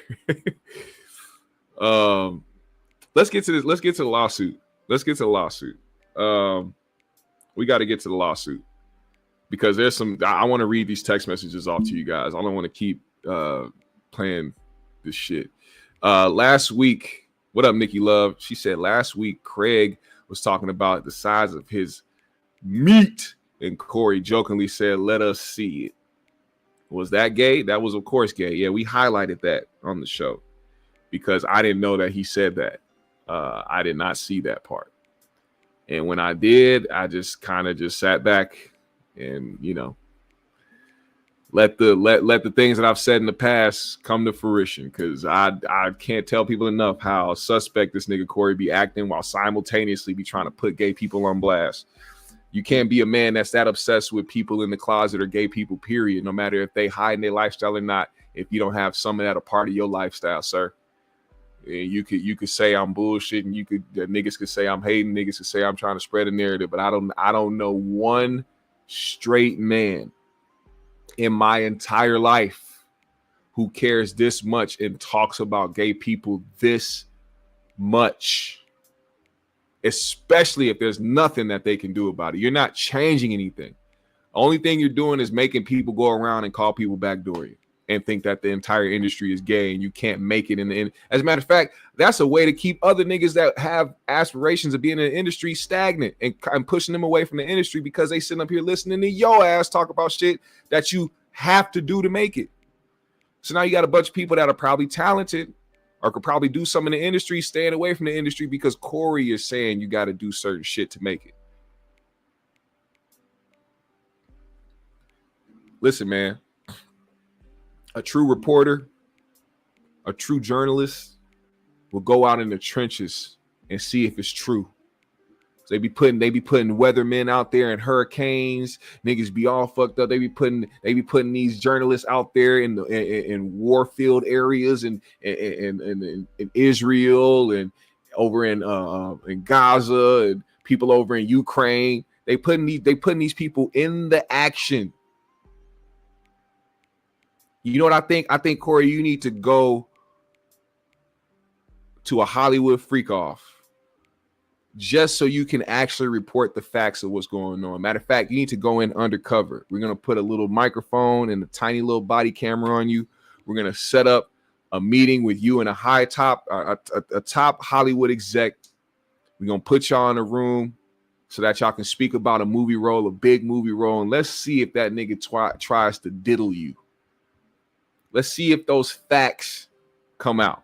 I'm not saying that it's untrue. I'm just saying, you know what I'm saying? You report on it every week, but you ain't been in the trenches yet. You need to show up somewhere where a nigga could play with your Twizzler. And if it happens, we ain't going to judge. We ain't going to say Corey gay. No, you did the work. You put in the journalistic work to give us the facts and not just hearsay. All right? That's all I'm saying. Now, like I said, Tyler Perry is getting sued for $260 million over alleged sexual assault by a man by the name of Derek Dixon. It's kind of weird how this nigga's last name is Dixon, and this nigga was out here chasing Dirk. Now, text messages have been revealed. I'm gonna read some of the article though that has been dropped so you guys can get the full scale of what's happening here. Now, here's what TMZ has reported. It says Tyler Perry is facing an accusation of sexual assault, a claim coming from an actor on his long-running TV show, The Oval. The Oval. The Oval is shaped like a... Never mind. And one Tyler's camp calls a scam, TMZ has learned. Derek Dixon filed a lawsuit against Perry, and in the docs, he claims he and the director met at an event back in 2019. In Derek's words, Tyler picked him out of the crowd and asked for his phone number, suggesting he might have a role for him. Now, you know what's funny? This nigga doesn't mention if he was at a party where like there were a bunch of actors, or, you know, he didn't say that he was an actor at the time or that he was doing a bunch of work or anything like that. He just said Tyler picked him out of the crowd and said, hey, I might have a role for you, which also speaks to the fact that this nigga Tyler just be grabbing random niggas he finds attractive and tries to put him in goddamn movies. Anyway, let's keep going. I'll be right about a lot of shit. This shit, I ain't read the whole shit, so don't think I'm doing this for the stream. I didn't read that part. Okay, so my assessment of Tyler earlier about seeing niggas that he's attracted to and trying to put them in movies just cause without knowing their background, that right there was the proof. Now, he said he picked him out of the crowd and asked his phone number, suggesting he might have a role for him. As it turns out, he did. Derek says Tyler gave him a small role in 2 episodes of a show called Ruthless. Now, that's another method that niggas be using, especially people that have power. You know, movie execs and these directors, they have the power to give somebody a small role or even give them a cameo or just be an extra. You know what I'm saying? Because they can use the people and they know that it's easier to deal with those people than the people who are seasoned, because they come with different demands and different wants and needs, and they don't even really like to deal with that unless that person is going to be lucrative for them in the project. That's why it's just it's a weird dynamic. Then in January 2020, this is around COVID time, Derek says Tyler invited him to his Atlanta home and he accepted, hoping to build a friendship that would lead to more acting gigs. But according to the suit, while there, Derek drank too much and ended up sleeping in a guest room. Shut the... Oh no! I drank too much at somebody's house I've never been to in my life because I wanted an opportunity in Hollywood, and I fell asleep in a guest room. Why do people be doing stupid shit? Don't ever meet somebody for the first time and get too drunk around them where you can't go home or you can't even function. You're stupid. In the docs obtained by TMZ, Derek claims Tyler got into the bed with him and started touching his thighs, and although he rejected the advances that night, he claims, Tyler remained interested. He probably remained interested because you kept texting him back knowing damn well he was into you in a different way than trying to put you in a movie. Dumbass nigga. I hate people like that too. I'm sorry, you call it what you want, but you are a dumb ass nigga to me if you go through an instance where somebody makes you uncomfortable and you continue to communicate with that person afterwards. I don't care who you are. I do not care who you are. I don't care about if somebody makes you feel uncomfortable, does something against your will, or does something to you that makes you feel like you cannot be around them. Do not conversate with that person after the fact. Because once you do, you're giving off the fact that you might be interested in that same shit. How is this person supposed to know you are uncomfortable if you're not giving off the fact that you're uncomfortable? See, this is what happened recently with this Doja Cat bullshit. This old stupid ass bitch met up with one of her fans and decided, oh, I was going to have a great time hugging on this fan and being happy with this fan. Oh, I'm going to ask him for his merch. The nigga gave the shirt off his back to her and he was so happy to meet one of his favorite artists. Only for this bitch to get on the internet and call him musty and say that she felt uncomfortable and she was just smiling even though she didn't like it and all this other shit. You sound stupid as hell. Nah. The same way you hopped on the internet and was very comfortable exposing how you really felt about the person you was in front of was the same way you could have did that in person at the time of the incident. You can't give me the excuse, oh, I was scared or fearful for my life and I didn't know what they were going to do. Fuck out of here. You made somebody feel like they had a genuine reaction or interaction with one of their favorite artists where they were praising you. It was nothing bad about it. He was showing you all the love in the world. Just super excited to meet you, only for you to go on the internet and shit on this nigga. I don't want to hear it. You have some people like, oh, I understand, smiling in the moment and, because you're uncomfortable, it's like a trauma response. Man, fuck your trauma response, you stupid bitch. You should have told the nigga not to hug up on you or do the extra shit or even give the shirt off his back if you felt like it was musty.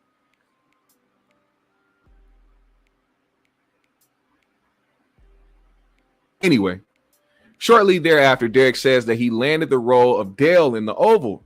Great for his career, but he claims it was around this time that Tyler also started firing off sexually suggestive texts, including asking what Drew's sexual preferences were and telling him he has sex with men.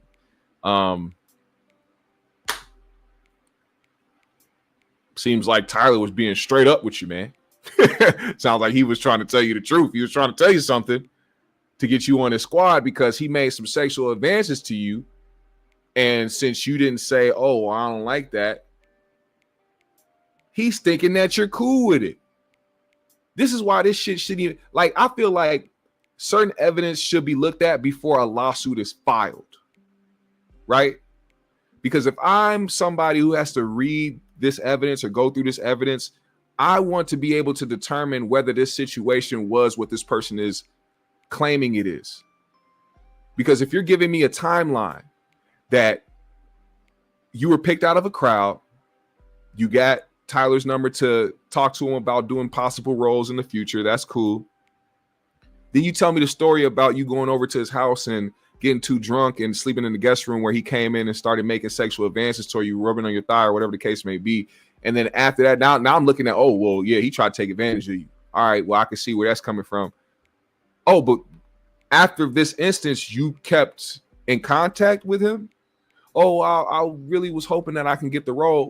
Well, shouldn't it have occurred to you that there was something else on Mr. Perry's mind other than casting you for a role after the incident that you guys had?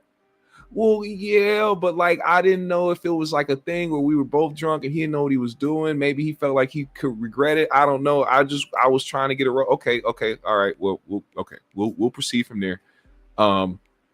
Okay, cool. You're hoping you were still getting the role. So now you had a role in one of his TV shows, and now he gives you another role in another TV show. Now, tell me what happens there. Well, I got the role, and then he started texting me sexually explicit things and asking me if I like men.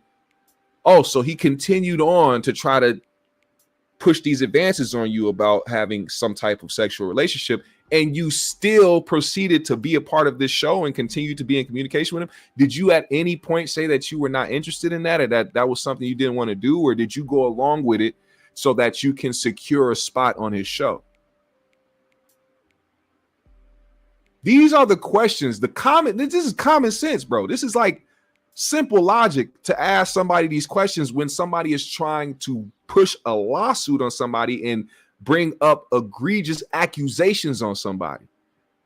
I think that there should be a process before a whole lawsuit is filed, because when you publish a lawsuit and you start reading shit like this, you're leaving it up for a subjective take. See, Derek also notes his character Dale was written as a gay, homeless, and desperate store clerk who had to sleep with other characters for a place to stay. He even wrote you in as one of Diddy's Freak Off members. Basically,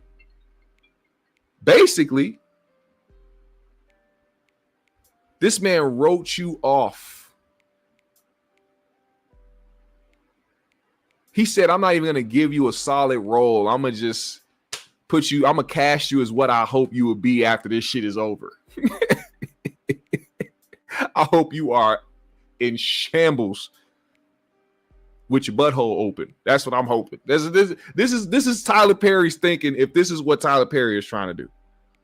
He claims that exactly what Tyler told him he was looking for in a real life sexual partner, someone who would be loyal and dependent upon. So he's telling you, this nigga's not even sugarcoating it. This nigga's saying, hey, I'm going to cast you as this nigga because in real life, this is who I want you to be for me. So I'm going to let you be on the show. I'm going to get you to, make a little bit of money and, be in a position where you ain't got to worry about nothing. You ain't got to go get a 9-to-5. You can work for me. I got the space and opportunity. But when this is all said and done, that pussy is mine. Tyler Perry is diabolical. Derek also says he feared his career would be derailed if he flatly rejected Tyler. So instead, he told him he just wasn't the sexual type, but he was also terrified he'd lose his job if he complained of sexual harassment. It is 2025, bro. It is 2025. Nothing in anybody's head should tell them that keeping secrets or things that are damaging to a high-profile person would do anything to their career besides boost it. It's the reason why you're doing it now. Because you're not on Tyler's shows anymore. You're not a part of the Tyler Perry brand anymore.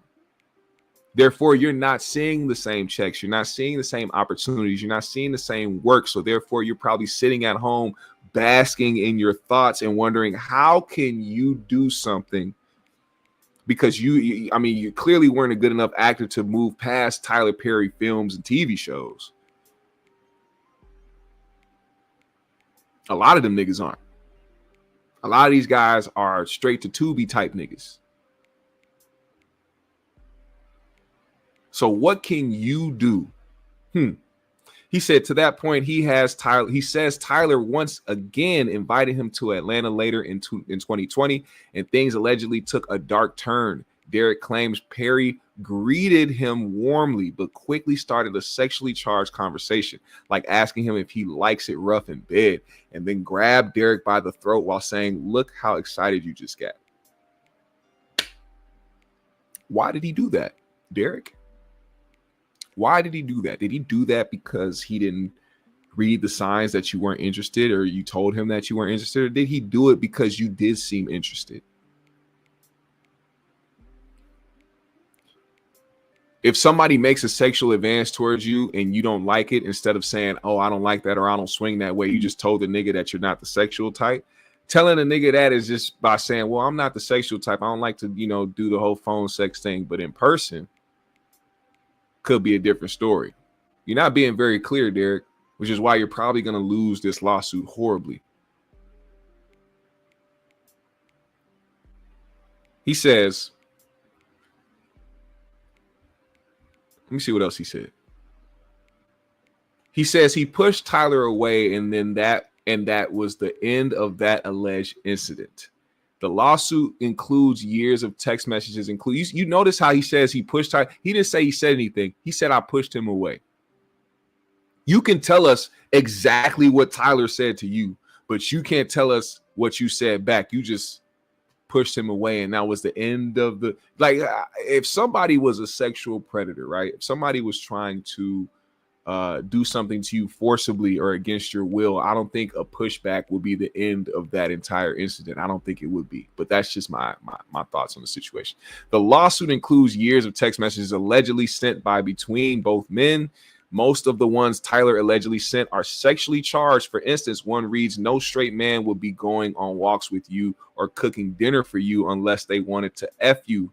I would F you." Jesus Christ. The most aggressive incident allegedly went down in June 2021, again at Tyler's Atlanta home, where Dixon was staying in the guest house and wearing only his underwear when he says Tyler came in to give him a goodnight hug. So the guy who you had an uncomfortable first greeting with, who has been sending you sexually charged messages, who you've had to allegedly push off you because he grabbed your neck and said, "Look how excited you are," told you all these sexually driven things, making it very obvious that he wants to poke your pussy. You, sir, started to stay in his guest home in Atlanta while only wearing your underwear and allowing him to walk in and give you a good night hug. Something isn't adding up. He alleges Tyler yanked down his underwear, groped his butt, and said, "Relax," and just let it happen.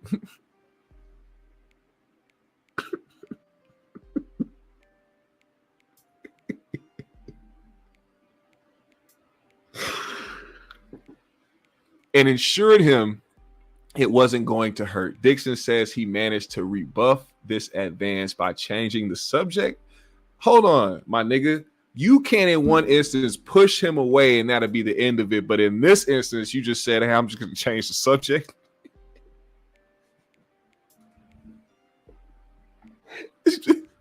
Does anybody else hear what I'm hearing?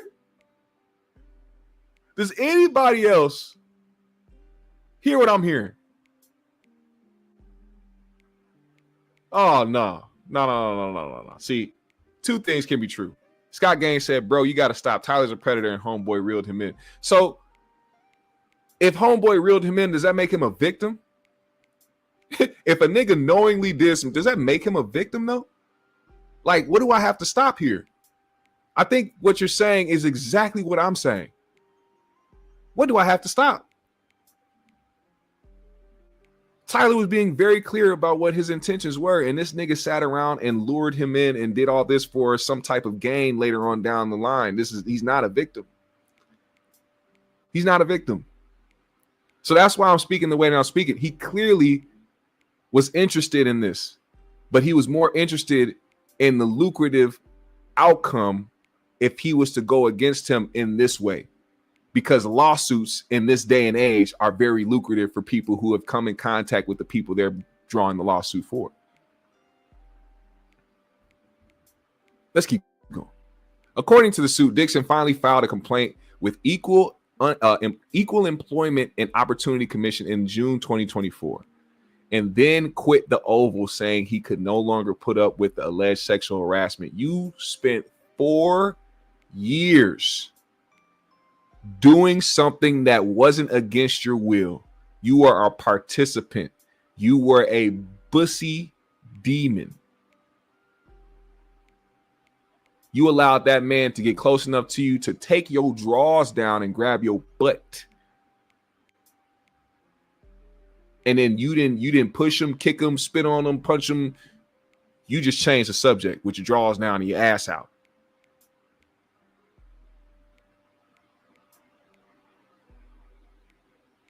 Dixon is suing Tyler and Tyler Perry Studios. So he's suing both. Somebody asked that question earlier. Says he's still suing the studio or Tyler? He is suing both for quid pro quo and workplace sexual harassment and sexual assault and battery. And he's seeking $260 million in damages. Tyler's attorney, Matthew Boyd, tells us this is an individual who got close to Tyler Perry for what now appears to be nothing more than setting up a scam. You want to know why I feel like this is a scam? Because now that I've started to understand how these things happen, if I find out that there was a time where this person tried to mediate this behind closed doors and do a settlement, that's going to let me know what he was after. Because that's usually how this happens. People will show up with their lawyers, and their lawyers will be like, listen, my client is alleging this, alleging that. There'll be a whole bunch of egregious, outlandish, just damaging shit. And then say they're asking for X amount of dollars, probably like $50 million. And we'll keep this quiet. And as soon as the person on the other end says, no, we'll fight this, then they up the price. And then they start throwing out the lawsuit to TMZ and other platforms to carry on the narrative.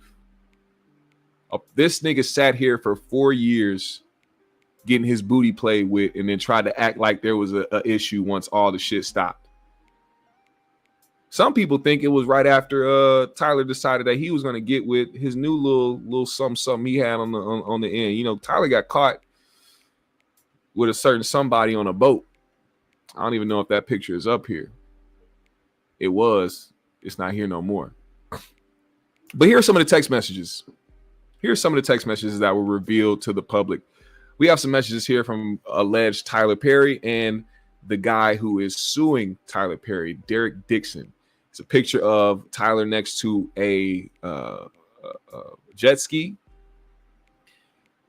And Derek, the guy that he just was not into the sexual advances or wasn't into anything that Tyler was talking about, texted him back and said, nice picture. Yeah, the water does look calm. Tyler says, nice picture. And then Derek goes, great, amazing, awesome picture.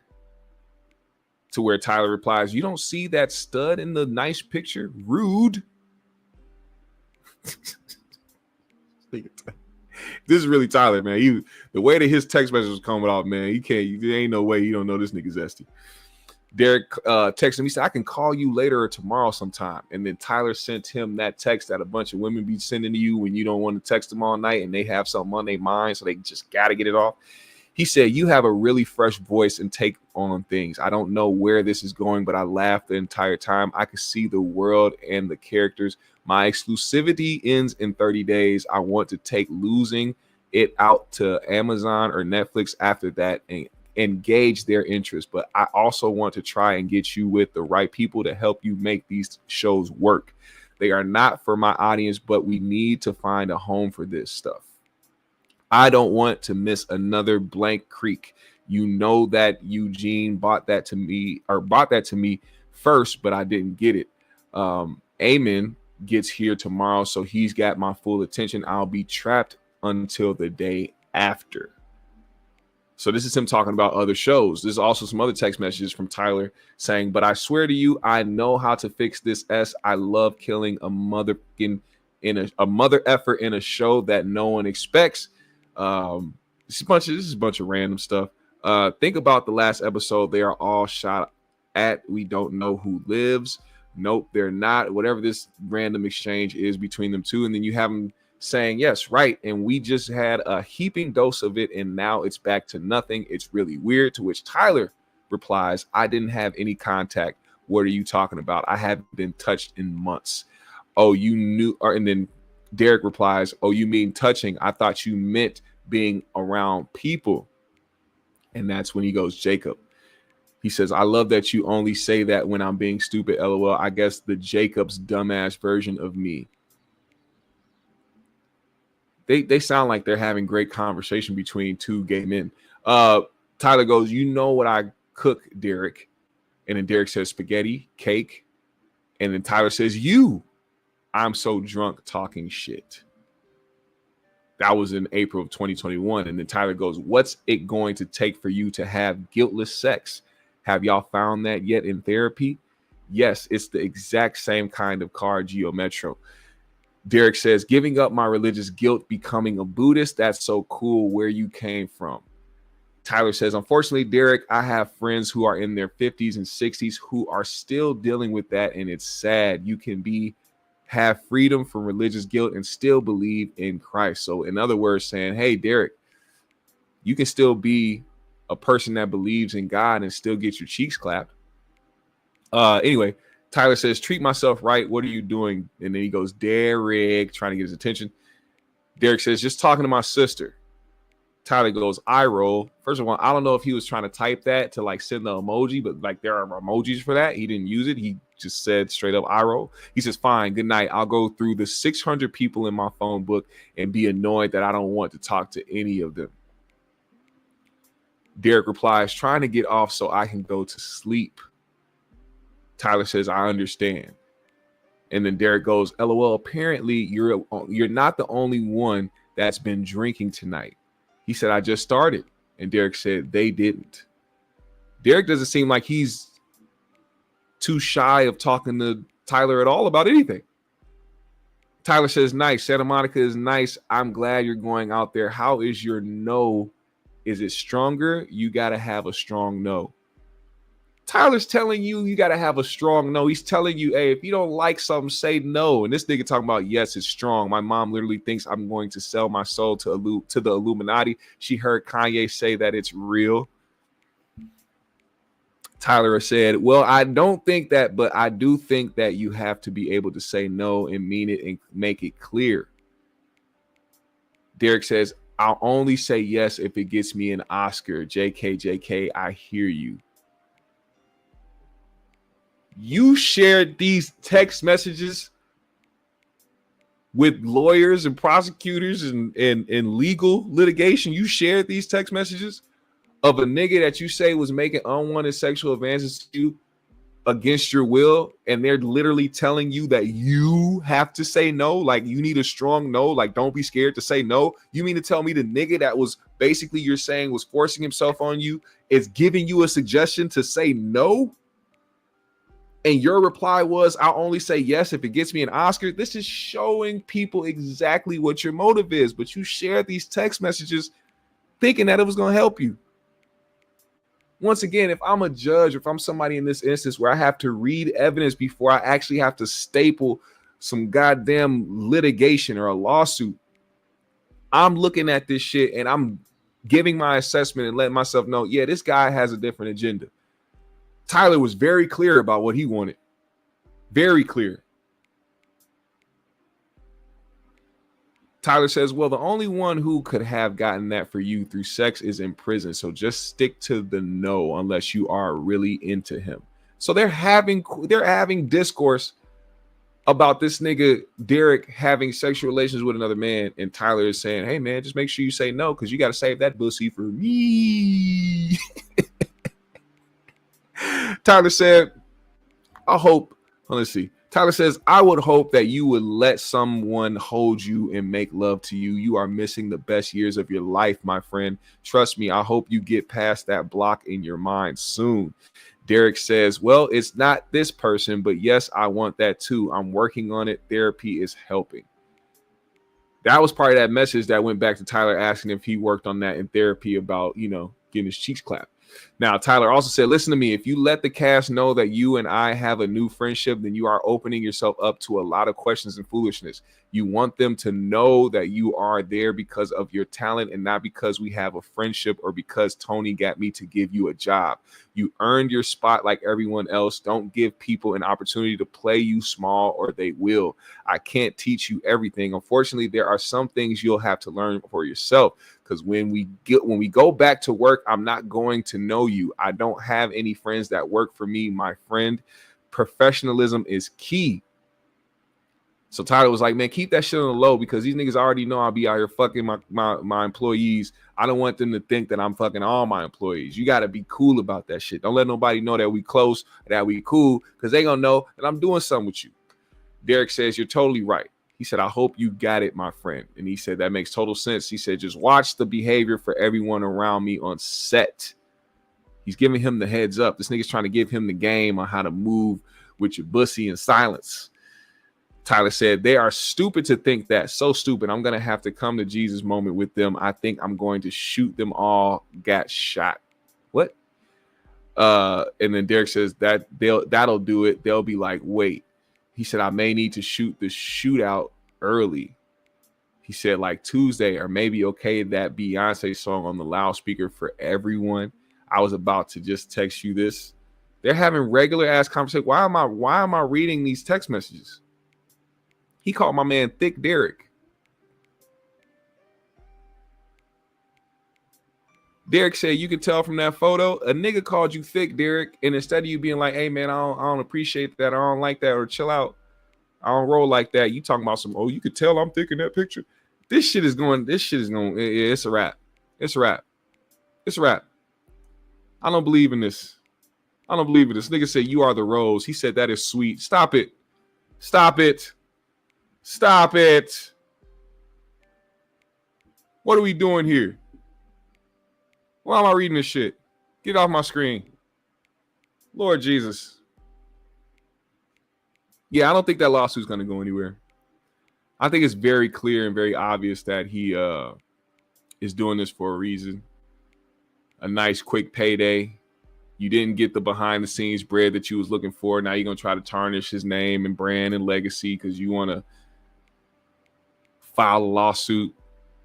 Because now you're not getting the same recognition or getting the same money or getting the same anything anymore that you were when you were working for Tyler. It's all good. Do I think Tyler's gay? Of course. Of course. Of course I think that. But do I think that he was forcing this guy to be in a situation he didn't want to be in? No. And we will see about that in the near future. Now, speaking of bullshit, we got to talk about this before I go anywhere. Shout out to y'all that's still tuned in right now, man. I appreciate every single one of y'all. We doing a longer stream today because I feel like we need to get a lot of topics out of the way. A lot of things have been happening over the past week.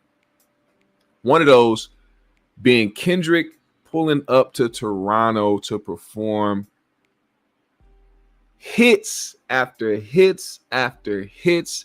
Him and SZA in tandem, 2 nights in a row, both of them sold out in Drake's own city of Toronto. I know that shit had to hurt his soul. I know Drake was seething. He was trying his best to look unbothered, try to act like, nothing was at. That man was in shambles. I wouldn't even be surprised if he cried a little bit.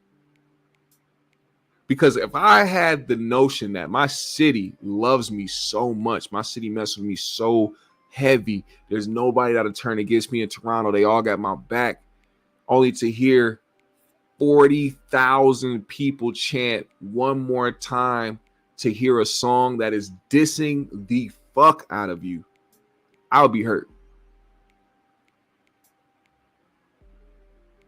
I would be hurt.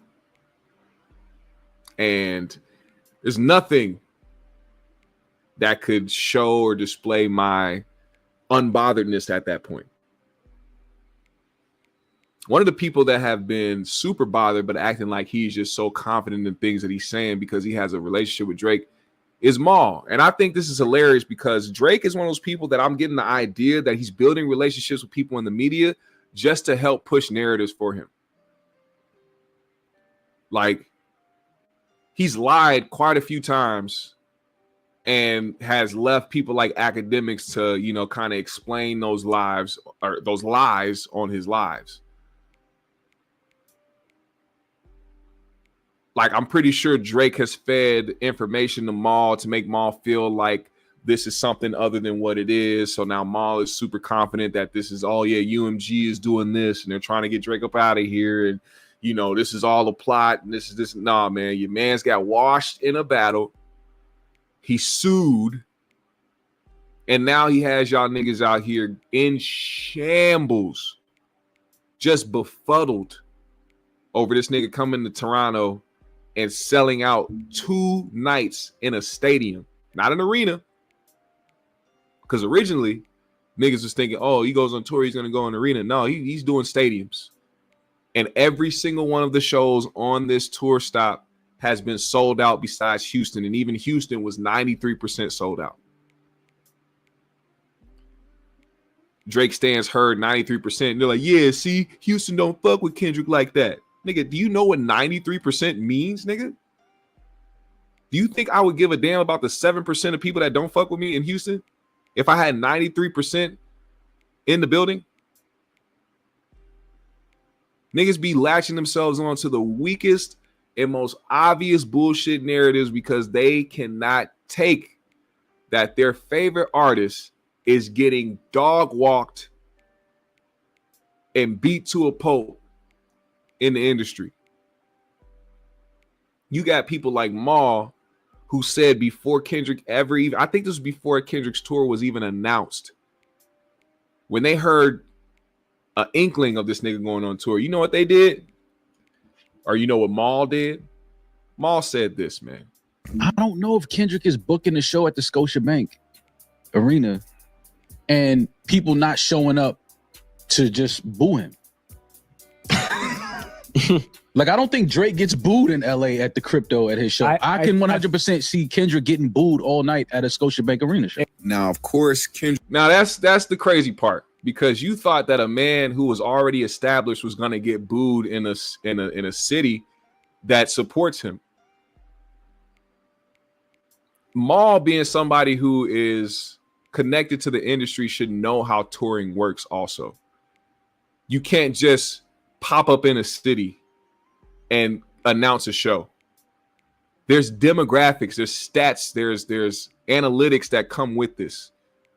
You don't just say, hey, I want to go on tour and just say, I want to go to Arizona, I want to go to Mississippi, I want to go to Atlanta, let me go to New York. We don't go to Washington, we don't go to California, we don't go to Utah. You have to look up the demographics in these cities. So for instance, when Kendrick's team looked up Toronto, already knowing that he has a Toronto fan base and knowing that he already did an arena out in Toronto and one of his previous tours, it was a no-brainer that they were going to book a show in Toronto and not just in an arena. You know, Maul said he doesn't see him booking a show in Scotiabank Arena. That's right. He wasn't trying to book a show in Scotiabank Arena. He was actually trying to book a show at Rogers Stadium. And he proceeded out to sell out both nights. And not just people chanting one more time after he performed Not Like Us. After the show was over, Canadians pulled up to New Holcomb to blast Not Like Us, sing it, and eat fried rice and shrimp. Now, I don't know what happened to the top Toronto Demon, top 5, both those nights, you know, because he seemed like the guy that knows everything that's going on in this city, and he's the guy that can run this and stop this and prevent that.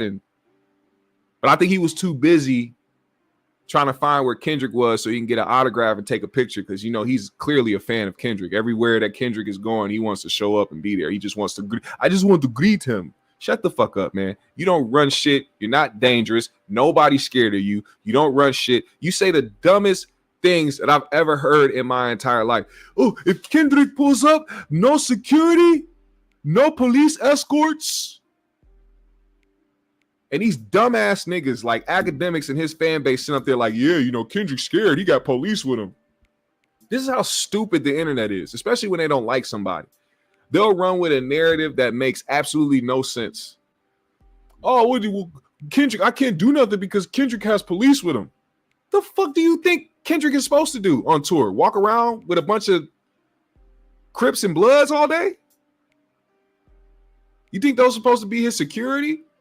You think a bunch of niggas that ain't got no license? Bro, what makes you think that that made any sense to anybody to say? You had to know you sound stupid as hell. Then went on to say some dumb shit because, you know, academics likes to egg that shit on. Oh, I got backstage passes for you. You want to go backstage? Yeah, get us 10 backstage passes with no security clearance, no checks. I like, for real, how incredibly stupid that sounds.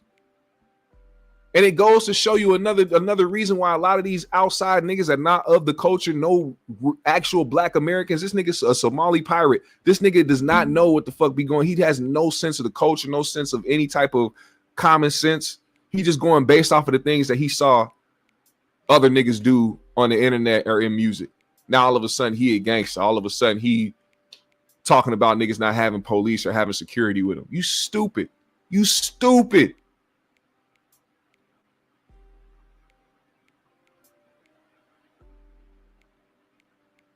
Anyway, let's get to what Maul said about this Toronto show, because I need y'all to hear how stupid he sounds. Let's talk about this too.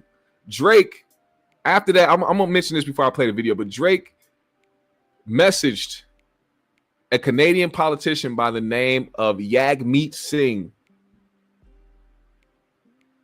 and called him a goof because Jagmeet was in attendance for the Kendrick and SZA show. This is coming from the guy who people were saying was unbothered. You know, academics said it. Lil Yachty, one of Drake's good friends, said it. Oh, I talked to Drake. He's so unbothered by this shit. He doesn't give a fuck about this shit.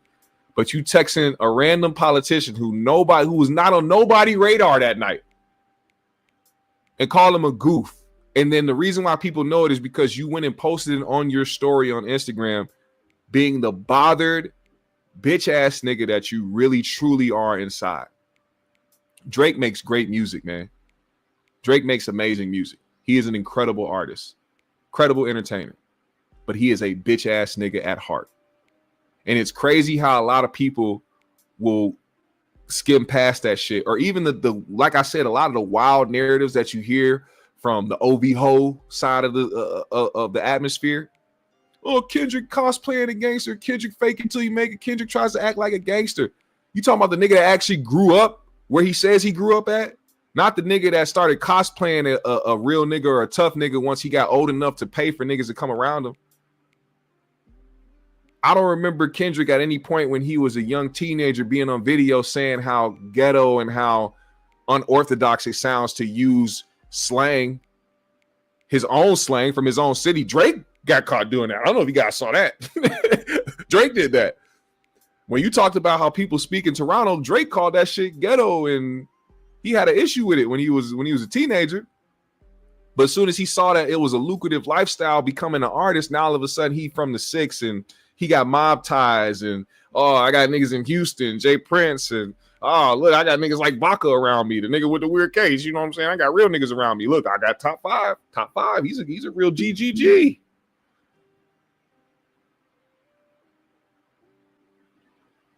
Come on, man. Drake was a good kid. Drake was a good kid. And because he got certain people around him, he felt comfortable enough to start cosplaying a real nigga. That's a fact. Anyway, Yagmeet responded to Drake posting and calling him a goof. He said, I went for SZA, not Kendrick. First of all, that's bullshit. Second of all, he said, I was born in this city. I love this city, but real talk, I get it. I shouldn't have gone at all. OVO and Drake have lifted up this city and Toronto. For me, it'll always be Drake over Kendrick. Great observation, Yagmeet. Great observation, Mr. Yagmeet. I just want to say, though,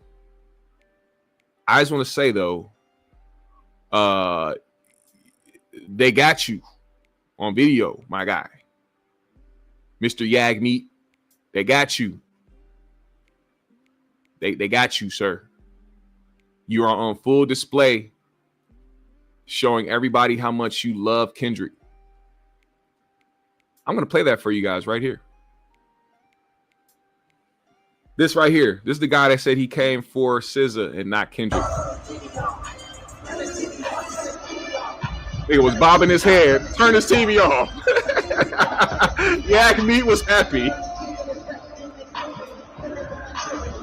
Get him, Yagmeet. Look.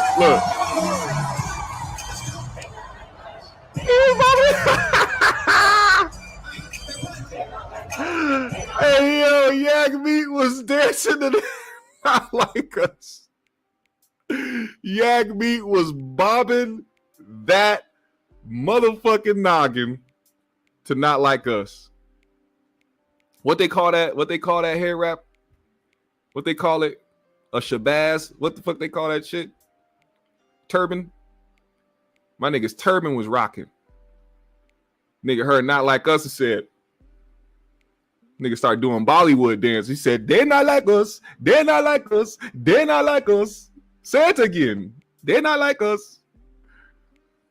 This nigga's turban almost fell off. He was rocking his head so hard. Now listen to what Maul had to say about those two nights. And it's funny because his co-hosts know how much of a clown he is when it comes to the Drake and Kendrick talk, but they just allow him to continue to say the dumbest shit in the world. Listen to that. Yeah, let's talk about that. Everybody been in my mentions. Everybody yeah, man. But you know, we tried to tell you it was a shitty take then. Yeah, but you know what it is, man. I be underestimating how many goofies out here. Oh my God. How many idiots out here in the world. Like y'all went and showed up for somebody that was shitting on y'all. No, Toronto is the third largest city in North America. Right. You don't think Kendrick Lamar has fans out there? No. We know Kendrick has fans in Toronto, but I just, people were supposed to, that show, you were supposed to not go to that specific show. But why? Because he's on the city of Toronto. Is he? What the fuck you think they not like us? Who you think? Who's they and they not like us? You think he was specifically talking like about? He's talking about Canadians. All of Canada is crazy. That's exactly who he was talking about. He was talking about Canadians, Torontonians to be exact. I thought he was trying to separate between people that are of the culture and the people that are not. And he's saying, they're not like us. And that's what you thought? Ma, I just want to say that I get it. You have undying loyalty to Drake.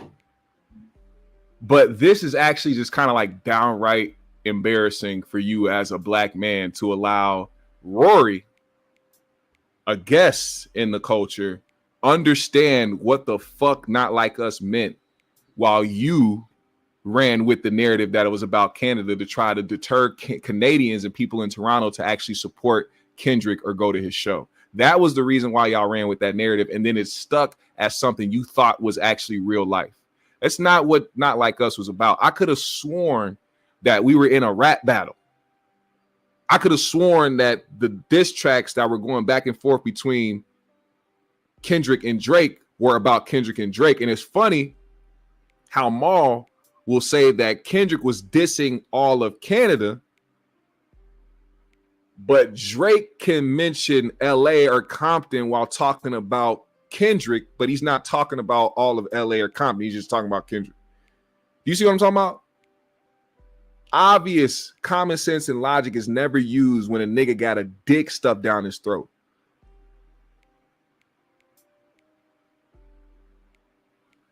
It's so easy to use logic in these situations, but even Maul tried to act like he didn't know or try to pretend like Not Like Us was about Canada as a whole. I seen academics doing the same shit when he was talking about Euphoria. When a line literally says, I would, what did Kendrick say? Something instead of letting a Canadian nigga make Pac turn in his grave. Who do you think the Canadian nigga he's talking? How do you even hear him say to make a Canadian nigga referring to Drake, and then you turn that into him talking about all of Canada?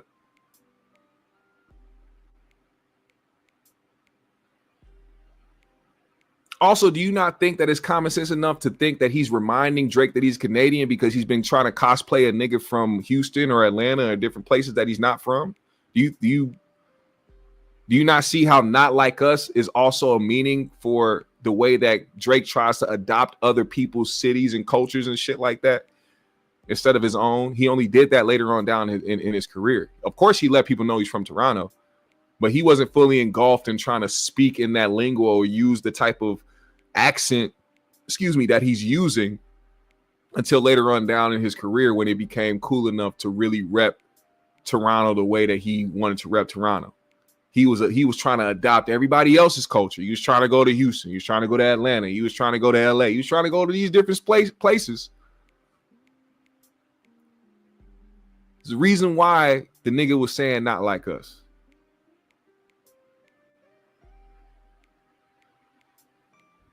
Listen, let's finish this up. It's definitely not what he was saying. Yeah, so all you idiots in Toronto that brought a ticket to that show, just do us. Just well, didn't they become us? If they were Maul sounded like he from fucking. No, Toronto. Maybe they wanted to become us. No, and that's why they're exactly why they're. Maul want to be from Toronto so Anybody bad. that went to that show as a Torontonian is a goofy. You can't go to that show, man. You just can't. You're not supposed to. You got to stand for something. Can you just say that you were wrong? About what? About what? That you were wrong about your take about. Yeah, say I was wrong. I thought that they were gonna. He was gonna get laughed out the arena. He didn't. Oh man, I mean, listen, man. SZA was there too, though. So do you like? Oh my. Okay. We got to give SZA some props. Let's not act like a lot of people wasn't there to see SZA. We're not doing that. I think people were there for one of the biggest artists. Okay, all right, cool, yeah. Well, I mean, listen, I think it's fine that any Canadian went to go see somebody they enjoy.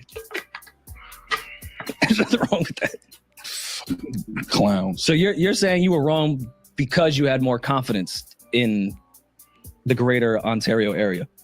No, I mean, we obviously know that Kendrick is who he is. Like, people were gonna go to a Kendrick show, but to see people from Toronto crip walking, like, what are y'all? You don't think there's Crips in Toronto?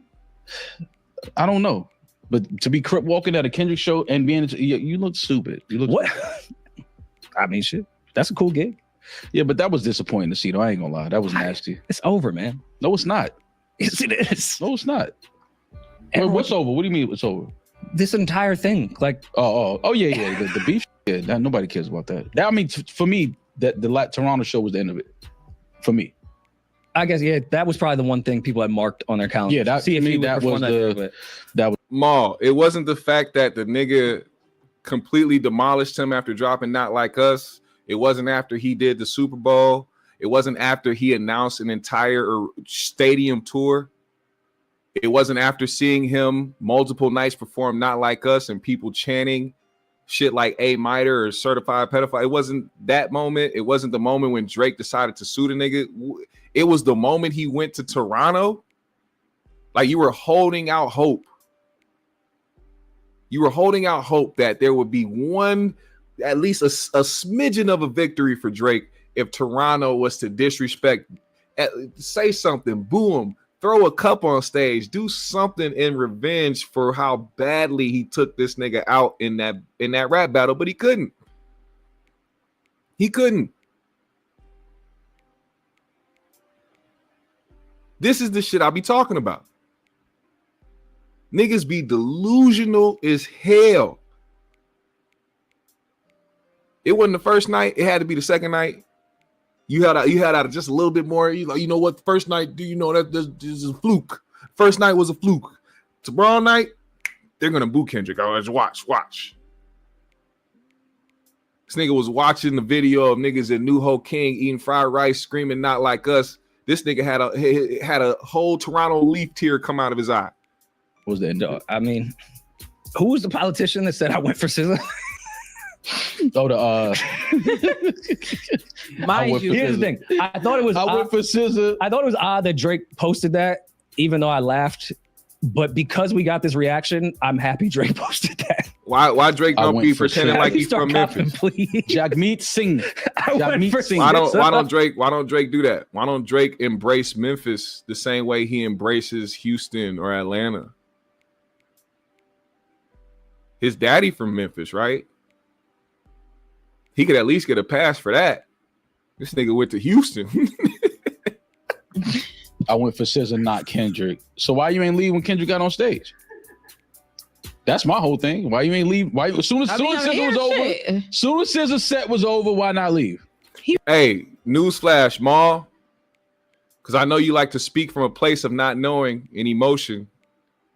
You don't gather the facts. You gather up the what ifs and the possibilities, and you run off that statement. But the reason why Jagmeet didn't leave after SZA's set is because there isn't a SZA set. There is a Kendrick and SZA set. They go back and forth during the show. So if he was there for SZA, he would have had to stay for the entire show. Because it isn't just Kendrick Lamar goes up and then SZA goes up and then it's over, or SZA goes up and then Kendrick goes and closes out. They were flip-flopping and then performing together during the entire show. One would do a few of their songs, and then the other one would come out, they'll do a song together, then the other one would stay on the stage and do some of their songs, then the other one would come out and do a song together, then the other one would stay. It's literally a flip-flop. So he couldn't. But as somebody who likes to be in the media and likes to do journalism and isn't biased, you would think that you would have figured that out 12 shows in already. The dynamic of the performances, but you're not even doing that. You're not an actual supporter of Kendrick because you have OVO meat in your mouth and glazed over your eyes. You probably snorted some of it. It shit went right to your brain. That's why you can't think clearly or try to actually do some type of simple research to understand the show dynamic before you went out of your way to say something about a nigga that just went to enjoy a show.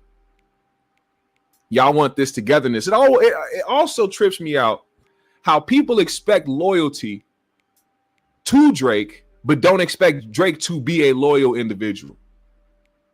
Y'all niggas will brag about this nigga Drake going and smashing other niggas' bitches behind their back and shit. Y'all will be blasting the songs where he sneak dissing niggas, but then expect people to be loyal towards this nigga and not go to a concert they want to go to just because Drake is from Toronto. Shut that whole ass shit up. There's so many obvious things to point out with this whole situation. And you want to know why? Because people be like, well, you only talking about Drake in the city. Because Drake is the only one that's staying active, going on social media, having these niggas on stream speak for him, and having these niggas like him be like, well, I'm friends with Drake, and I talk to Drake behind the scenes, so I know a lot more than the average person. Meanwhile, Kendrick just touring.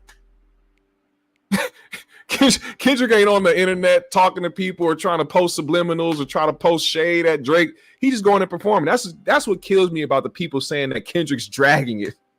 Kendrick is dragging it. The nigga that's not on the internet doing it, he got a burner account and don't even post on there like that. He could be posting subliminals and disses to Drake all day, making fun of this nigga all day.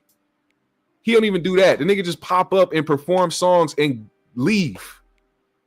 And nigga saying he dragging it, but not the nigga that is currently in a whole lawsuit, who's still throwing subliminals, who's still putting out songs, throwing shots at people.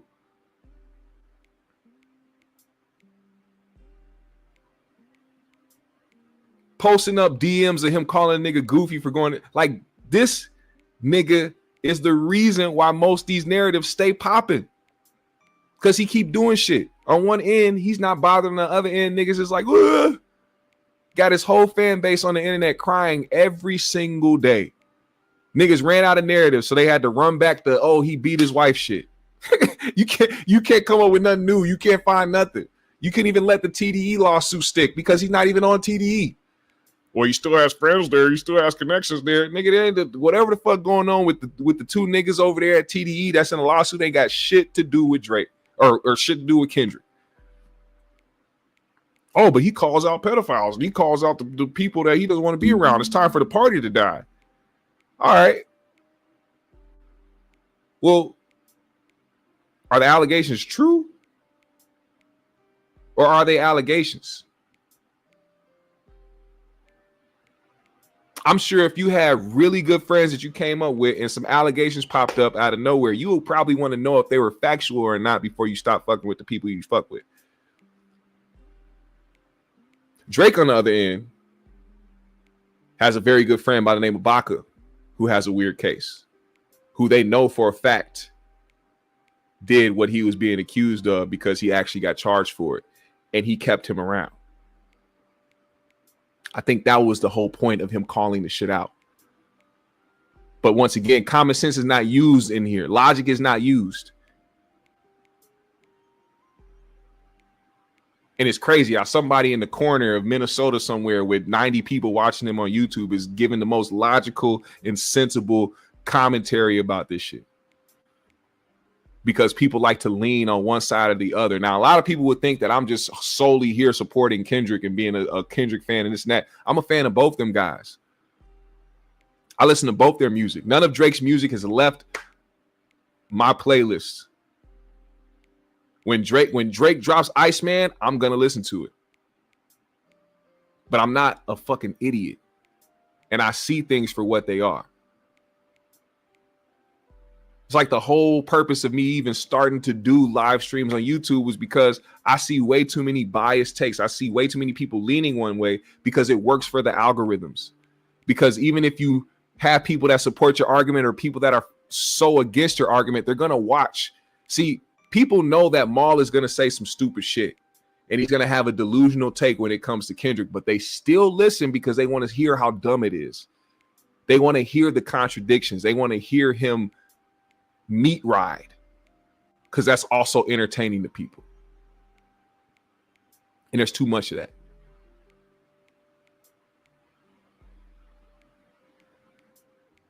Now, enough of Maul. We got to keep going, man. I got a couple more things I want to point out. So in my like section, now we're at the like section. We're going to get to this and then we're going to get the fuck up out of here, man. Couple things I got. First things I got right here is, so 50 Cent, his baby mom and his son decided that on Father's Day, they wanted to send a nice little Father's Day gift to 50, and that was to cause turmoil in his life in some way, shape, or form. 50 responded on his Instagram, clearly taking more shots at them. You know, him and his oldest son do not get along, which is, you know, still insane to me to even think about, but you guys know how that shit be going. A lot of the times it's due to the other parent who they live with who decide to feed them a narrative or feed them things about their parent to make them lose a connection or to not respect their parent to the point where now the parents and the parent and the child are now at odds because of what the bitter mom decided to do in that situation instead of letting them develop their own relationship. And now she is on the internet saying this about 50. Give it trying to come out in 2003, 2004. So he didn't have any money.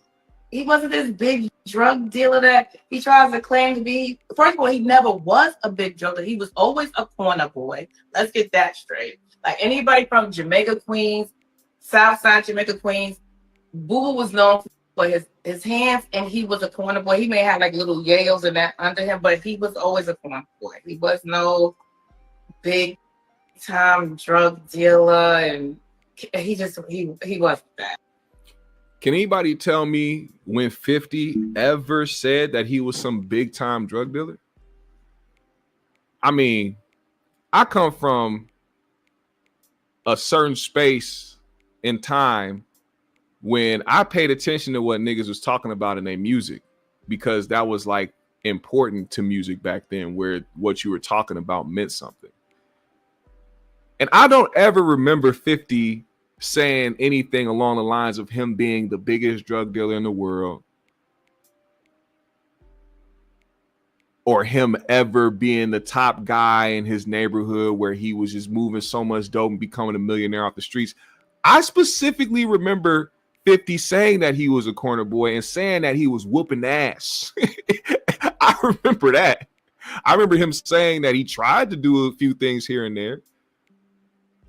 I know the movie Get Rich or Die Trying is like set up in a certain way for you to think certain things, but it's loosely based off of his real life. Also, there's way too many people that have vouched for 50's story in the streets coming up for you to come out here in the God's 2025 to try to switch and shift the narrative about that man's life. There's too many, even his ops, even the people that hate 50 can't lie about him in the streets. It's never happened. I've never seen that. You don't become the type of individual 50 is by being somebody who came up lying about who he was. I'm sorry. I don't see that being his MO.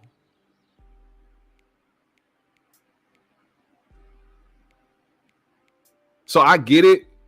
You're mad, you're bitter, you're whatever the case may be. But doing this whole rewrite of history, it's been like a problem for a lot of people of recent time to try to rewrite history, because they know that pushing a narrative against somebody is more lucrative for them than to actually speak the truth and be honest. Not discredit him, but like I say, he was known for fighting. He was good with his hands, but he was Not to discredit him, but he wasn't some big drug dealer, or he had a bunch of money back then when he dropped Get Rich or Die Trying. Even though he wasn't saying that he did, I just wanted to point that out to everybody. You know, no shade. He was never no big time. He had a nice, when I got with him, he had a Land Cruiser, then he got the big Benz, and I guess maybe that gave the facade that he was this big time guy. Everybody from the neighborhood used to look like, you talking to him like he wasn't that guy. Well, he was not.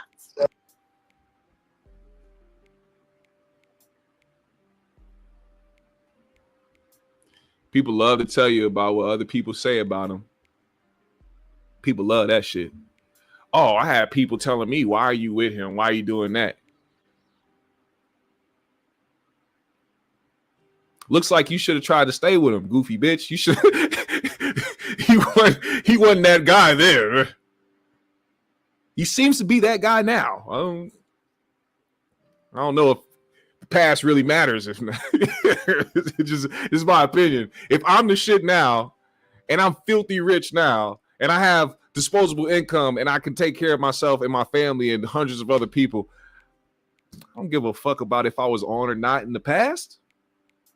What the fuck is that supposed to do? What is that supposed to prove?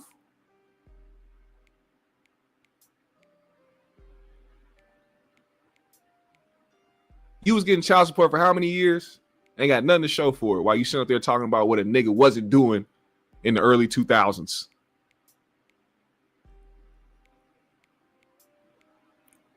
Bitter. Show me a bitter motherfucker. And I'll show you. Come on, man. Keep it real with me. What was the point of that interview other than just letting people know that you was 50 Cent baby mom? And even then, nobody give a damn about who you are. Especially if you going against them. They definitely not finna fuck with you.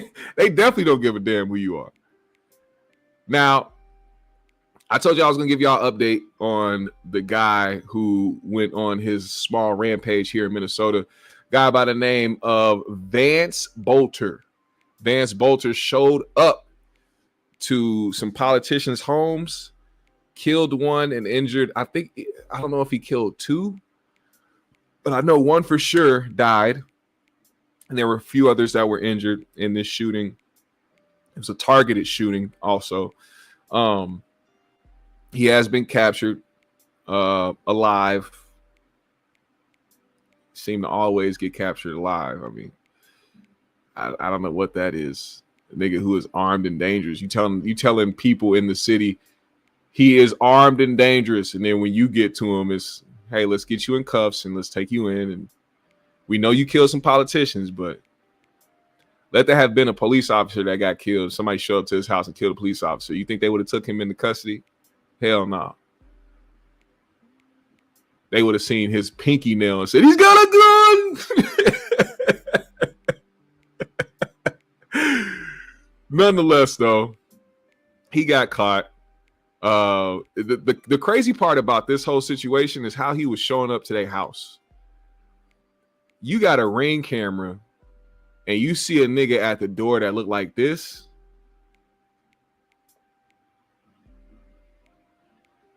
Come on, fam. Look at this. My man had on a whole bald-headed white man mask as a white man.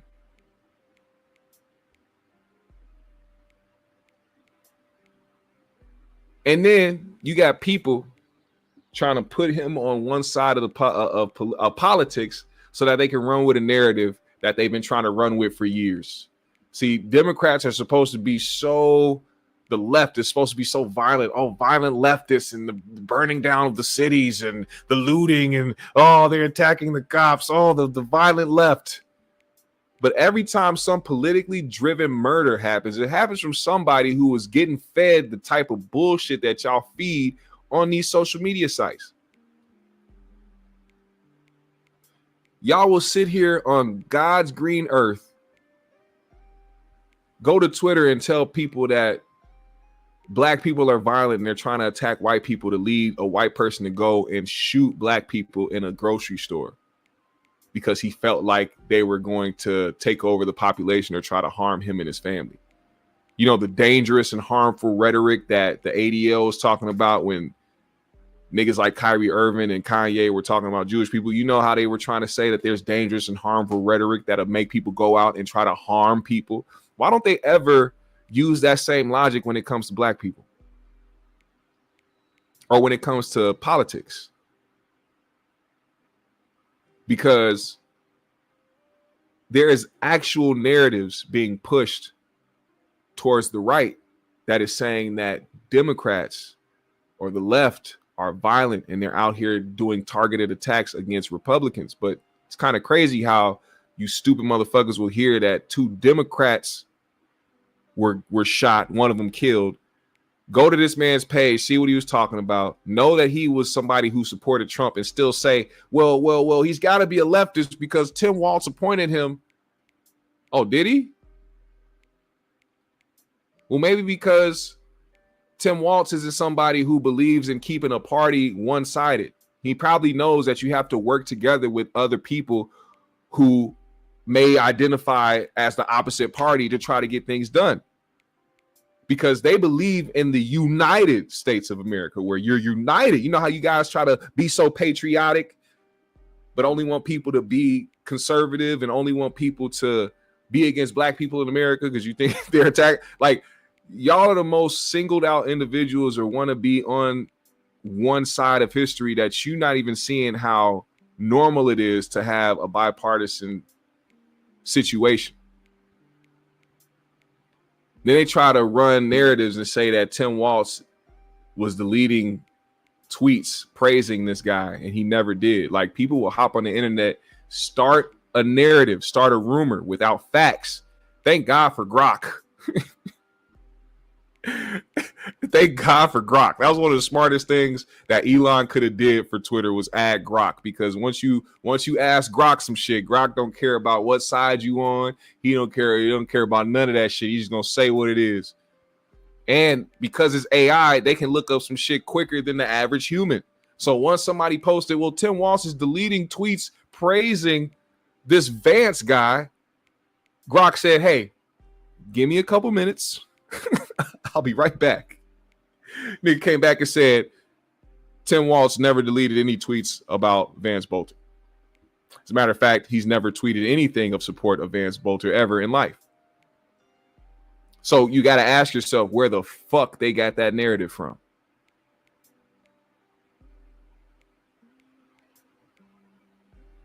And I'm only speaking to this because I hate how people trust in politics so much.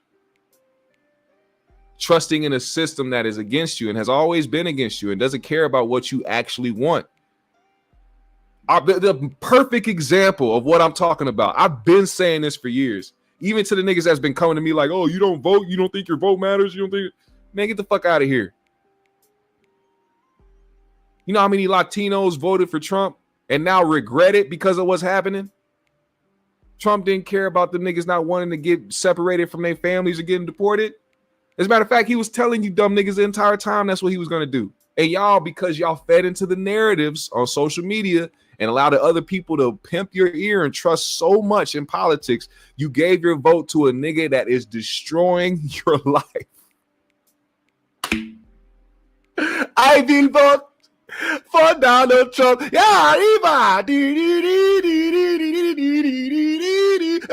Eva, I will vote. Hey, I will vote for Donald Trump. Yeah, yeah. Shut the fuck up. Stupid ass niggas on stage salsa dancing, talking about they was finna vote for Donald Trump. Nigga said, I will vote. I will vote. V-I-double-L. I will vote for Donald Trump. Fuck is that shit? Matter of fact, we gonna go out just like that. We gonna go out just like that. That's how I'm in. That's what I'm ending the show on. We gonna end with a party. We gonna end with a party, dog. Hold on, let me see if I can find it. Latinos for Trump. We gonna find that video, niggas. We finna turn the hell up. This a bop. This a whole bop. Y'all wasted it on the president, stupid ass niggas. This is what I be talking about. Trusting in politics so much to the point where you niggas decided to make a whole bop. You wasted a bop. Where is this video at? I will vote for Donald Trump. Yeah. I love that song, man. Donald Trump aside, that is a whole Latino bop. Niggas was playing the shit out that horn. The niggas was killing that shit. That song had emotion to it. Them niggas was loving that shit. I will vote. Hey, yo. That song is crazy.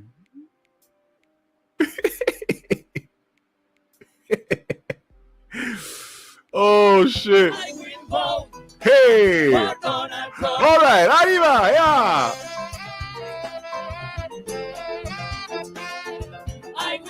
Raise your hands, come on. Raise your hands. Dale cintura, cintura, cintura, cintura, cintura.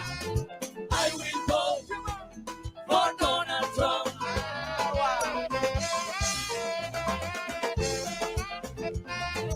I will vote for Donald. I will vote for Donald Trump.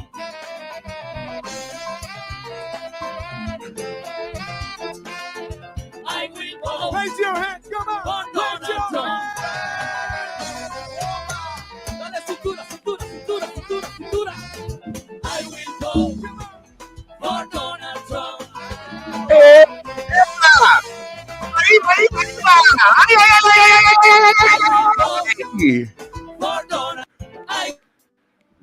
Get these stupid ass niggas out of here, man. I will vote.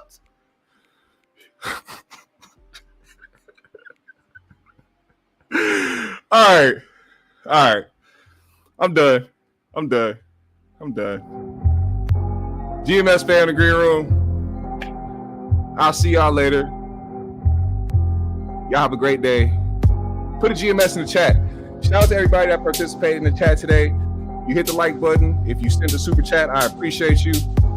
Make sure, if you want to support the GMS show in a big way, you can hit the Cash app that is in the description below. If somebody in the chat wants to put in the chat for me, I'd much appreciate it, man. GMS fan in the green room. Put a GMS in the chat. Shout out to the city. Let me know where you're tuning in from.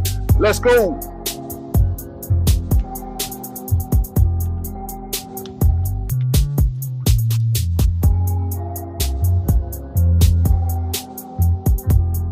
Hey, shout out Toke Champs. I see you. Shout out Juicy Fruit. Shout out BOKC. Shout out to you, brother.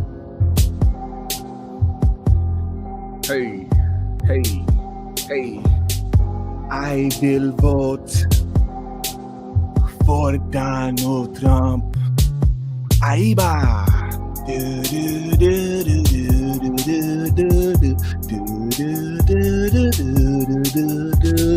I will vote for Donald Trump. Ahí va. Yeah, punto. I will vote for Donald Trump. Yes.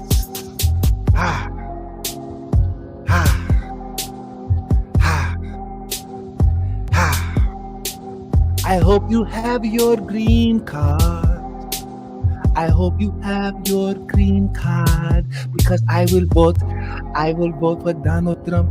I will vote for Donald Trump. I will vote for Donald Trump. Yes, me and my community. We did the right thing. Trust me. Yeah.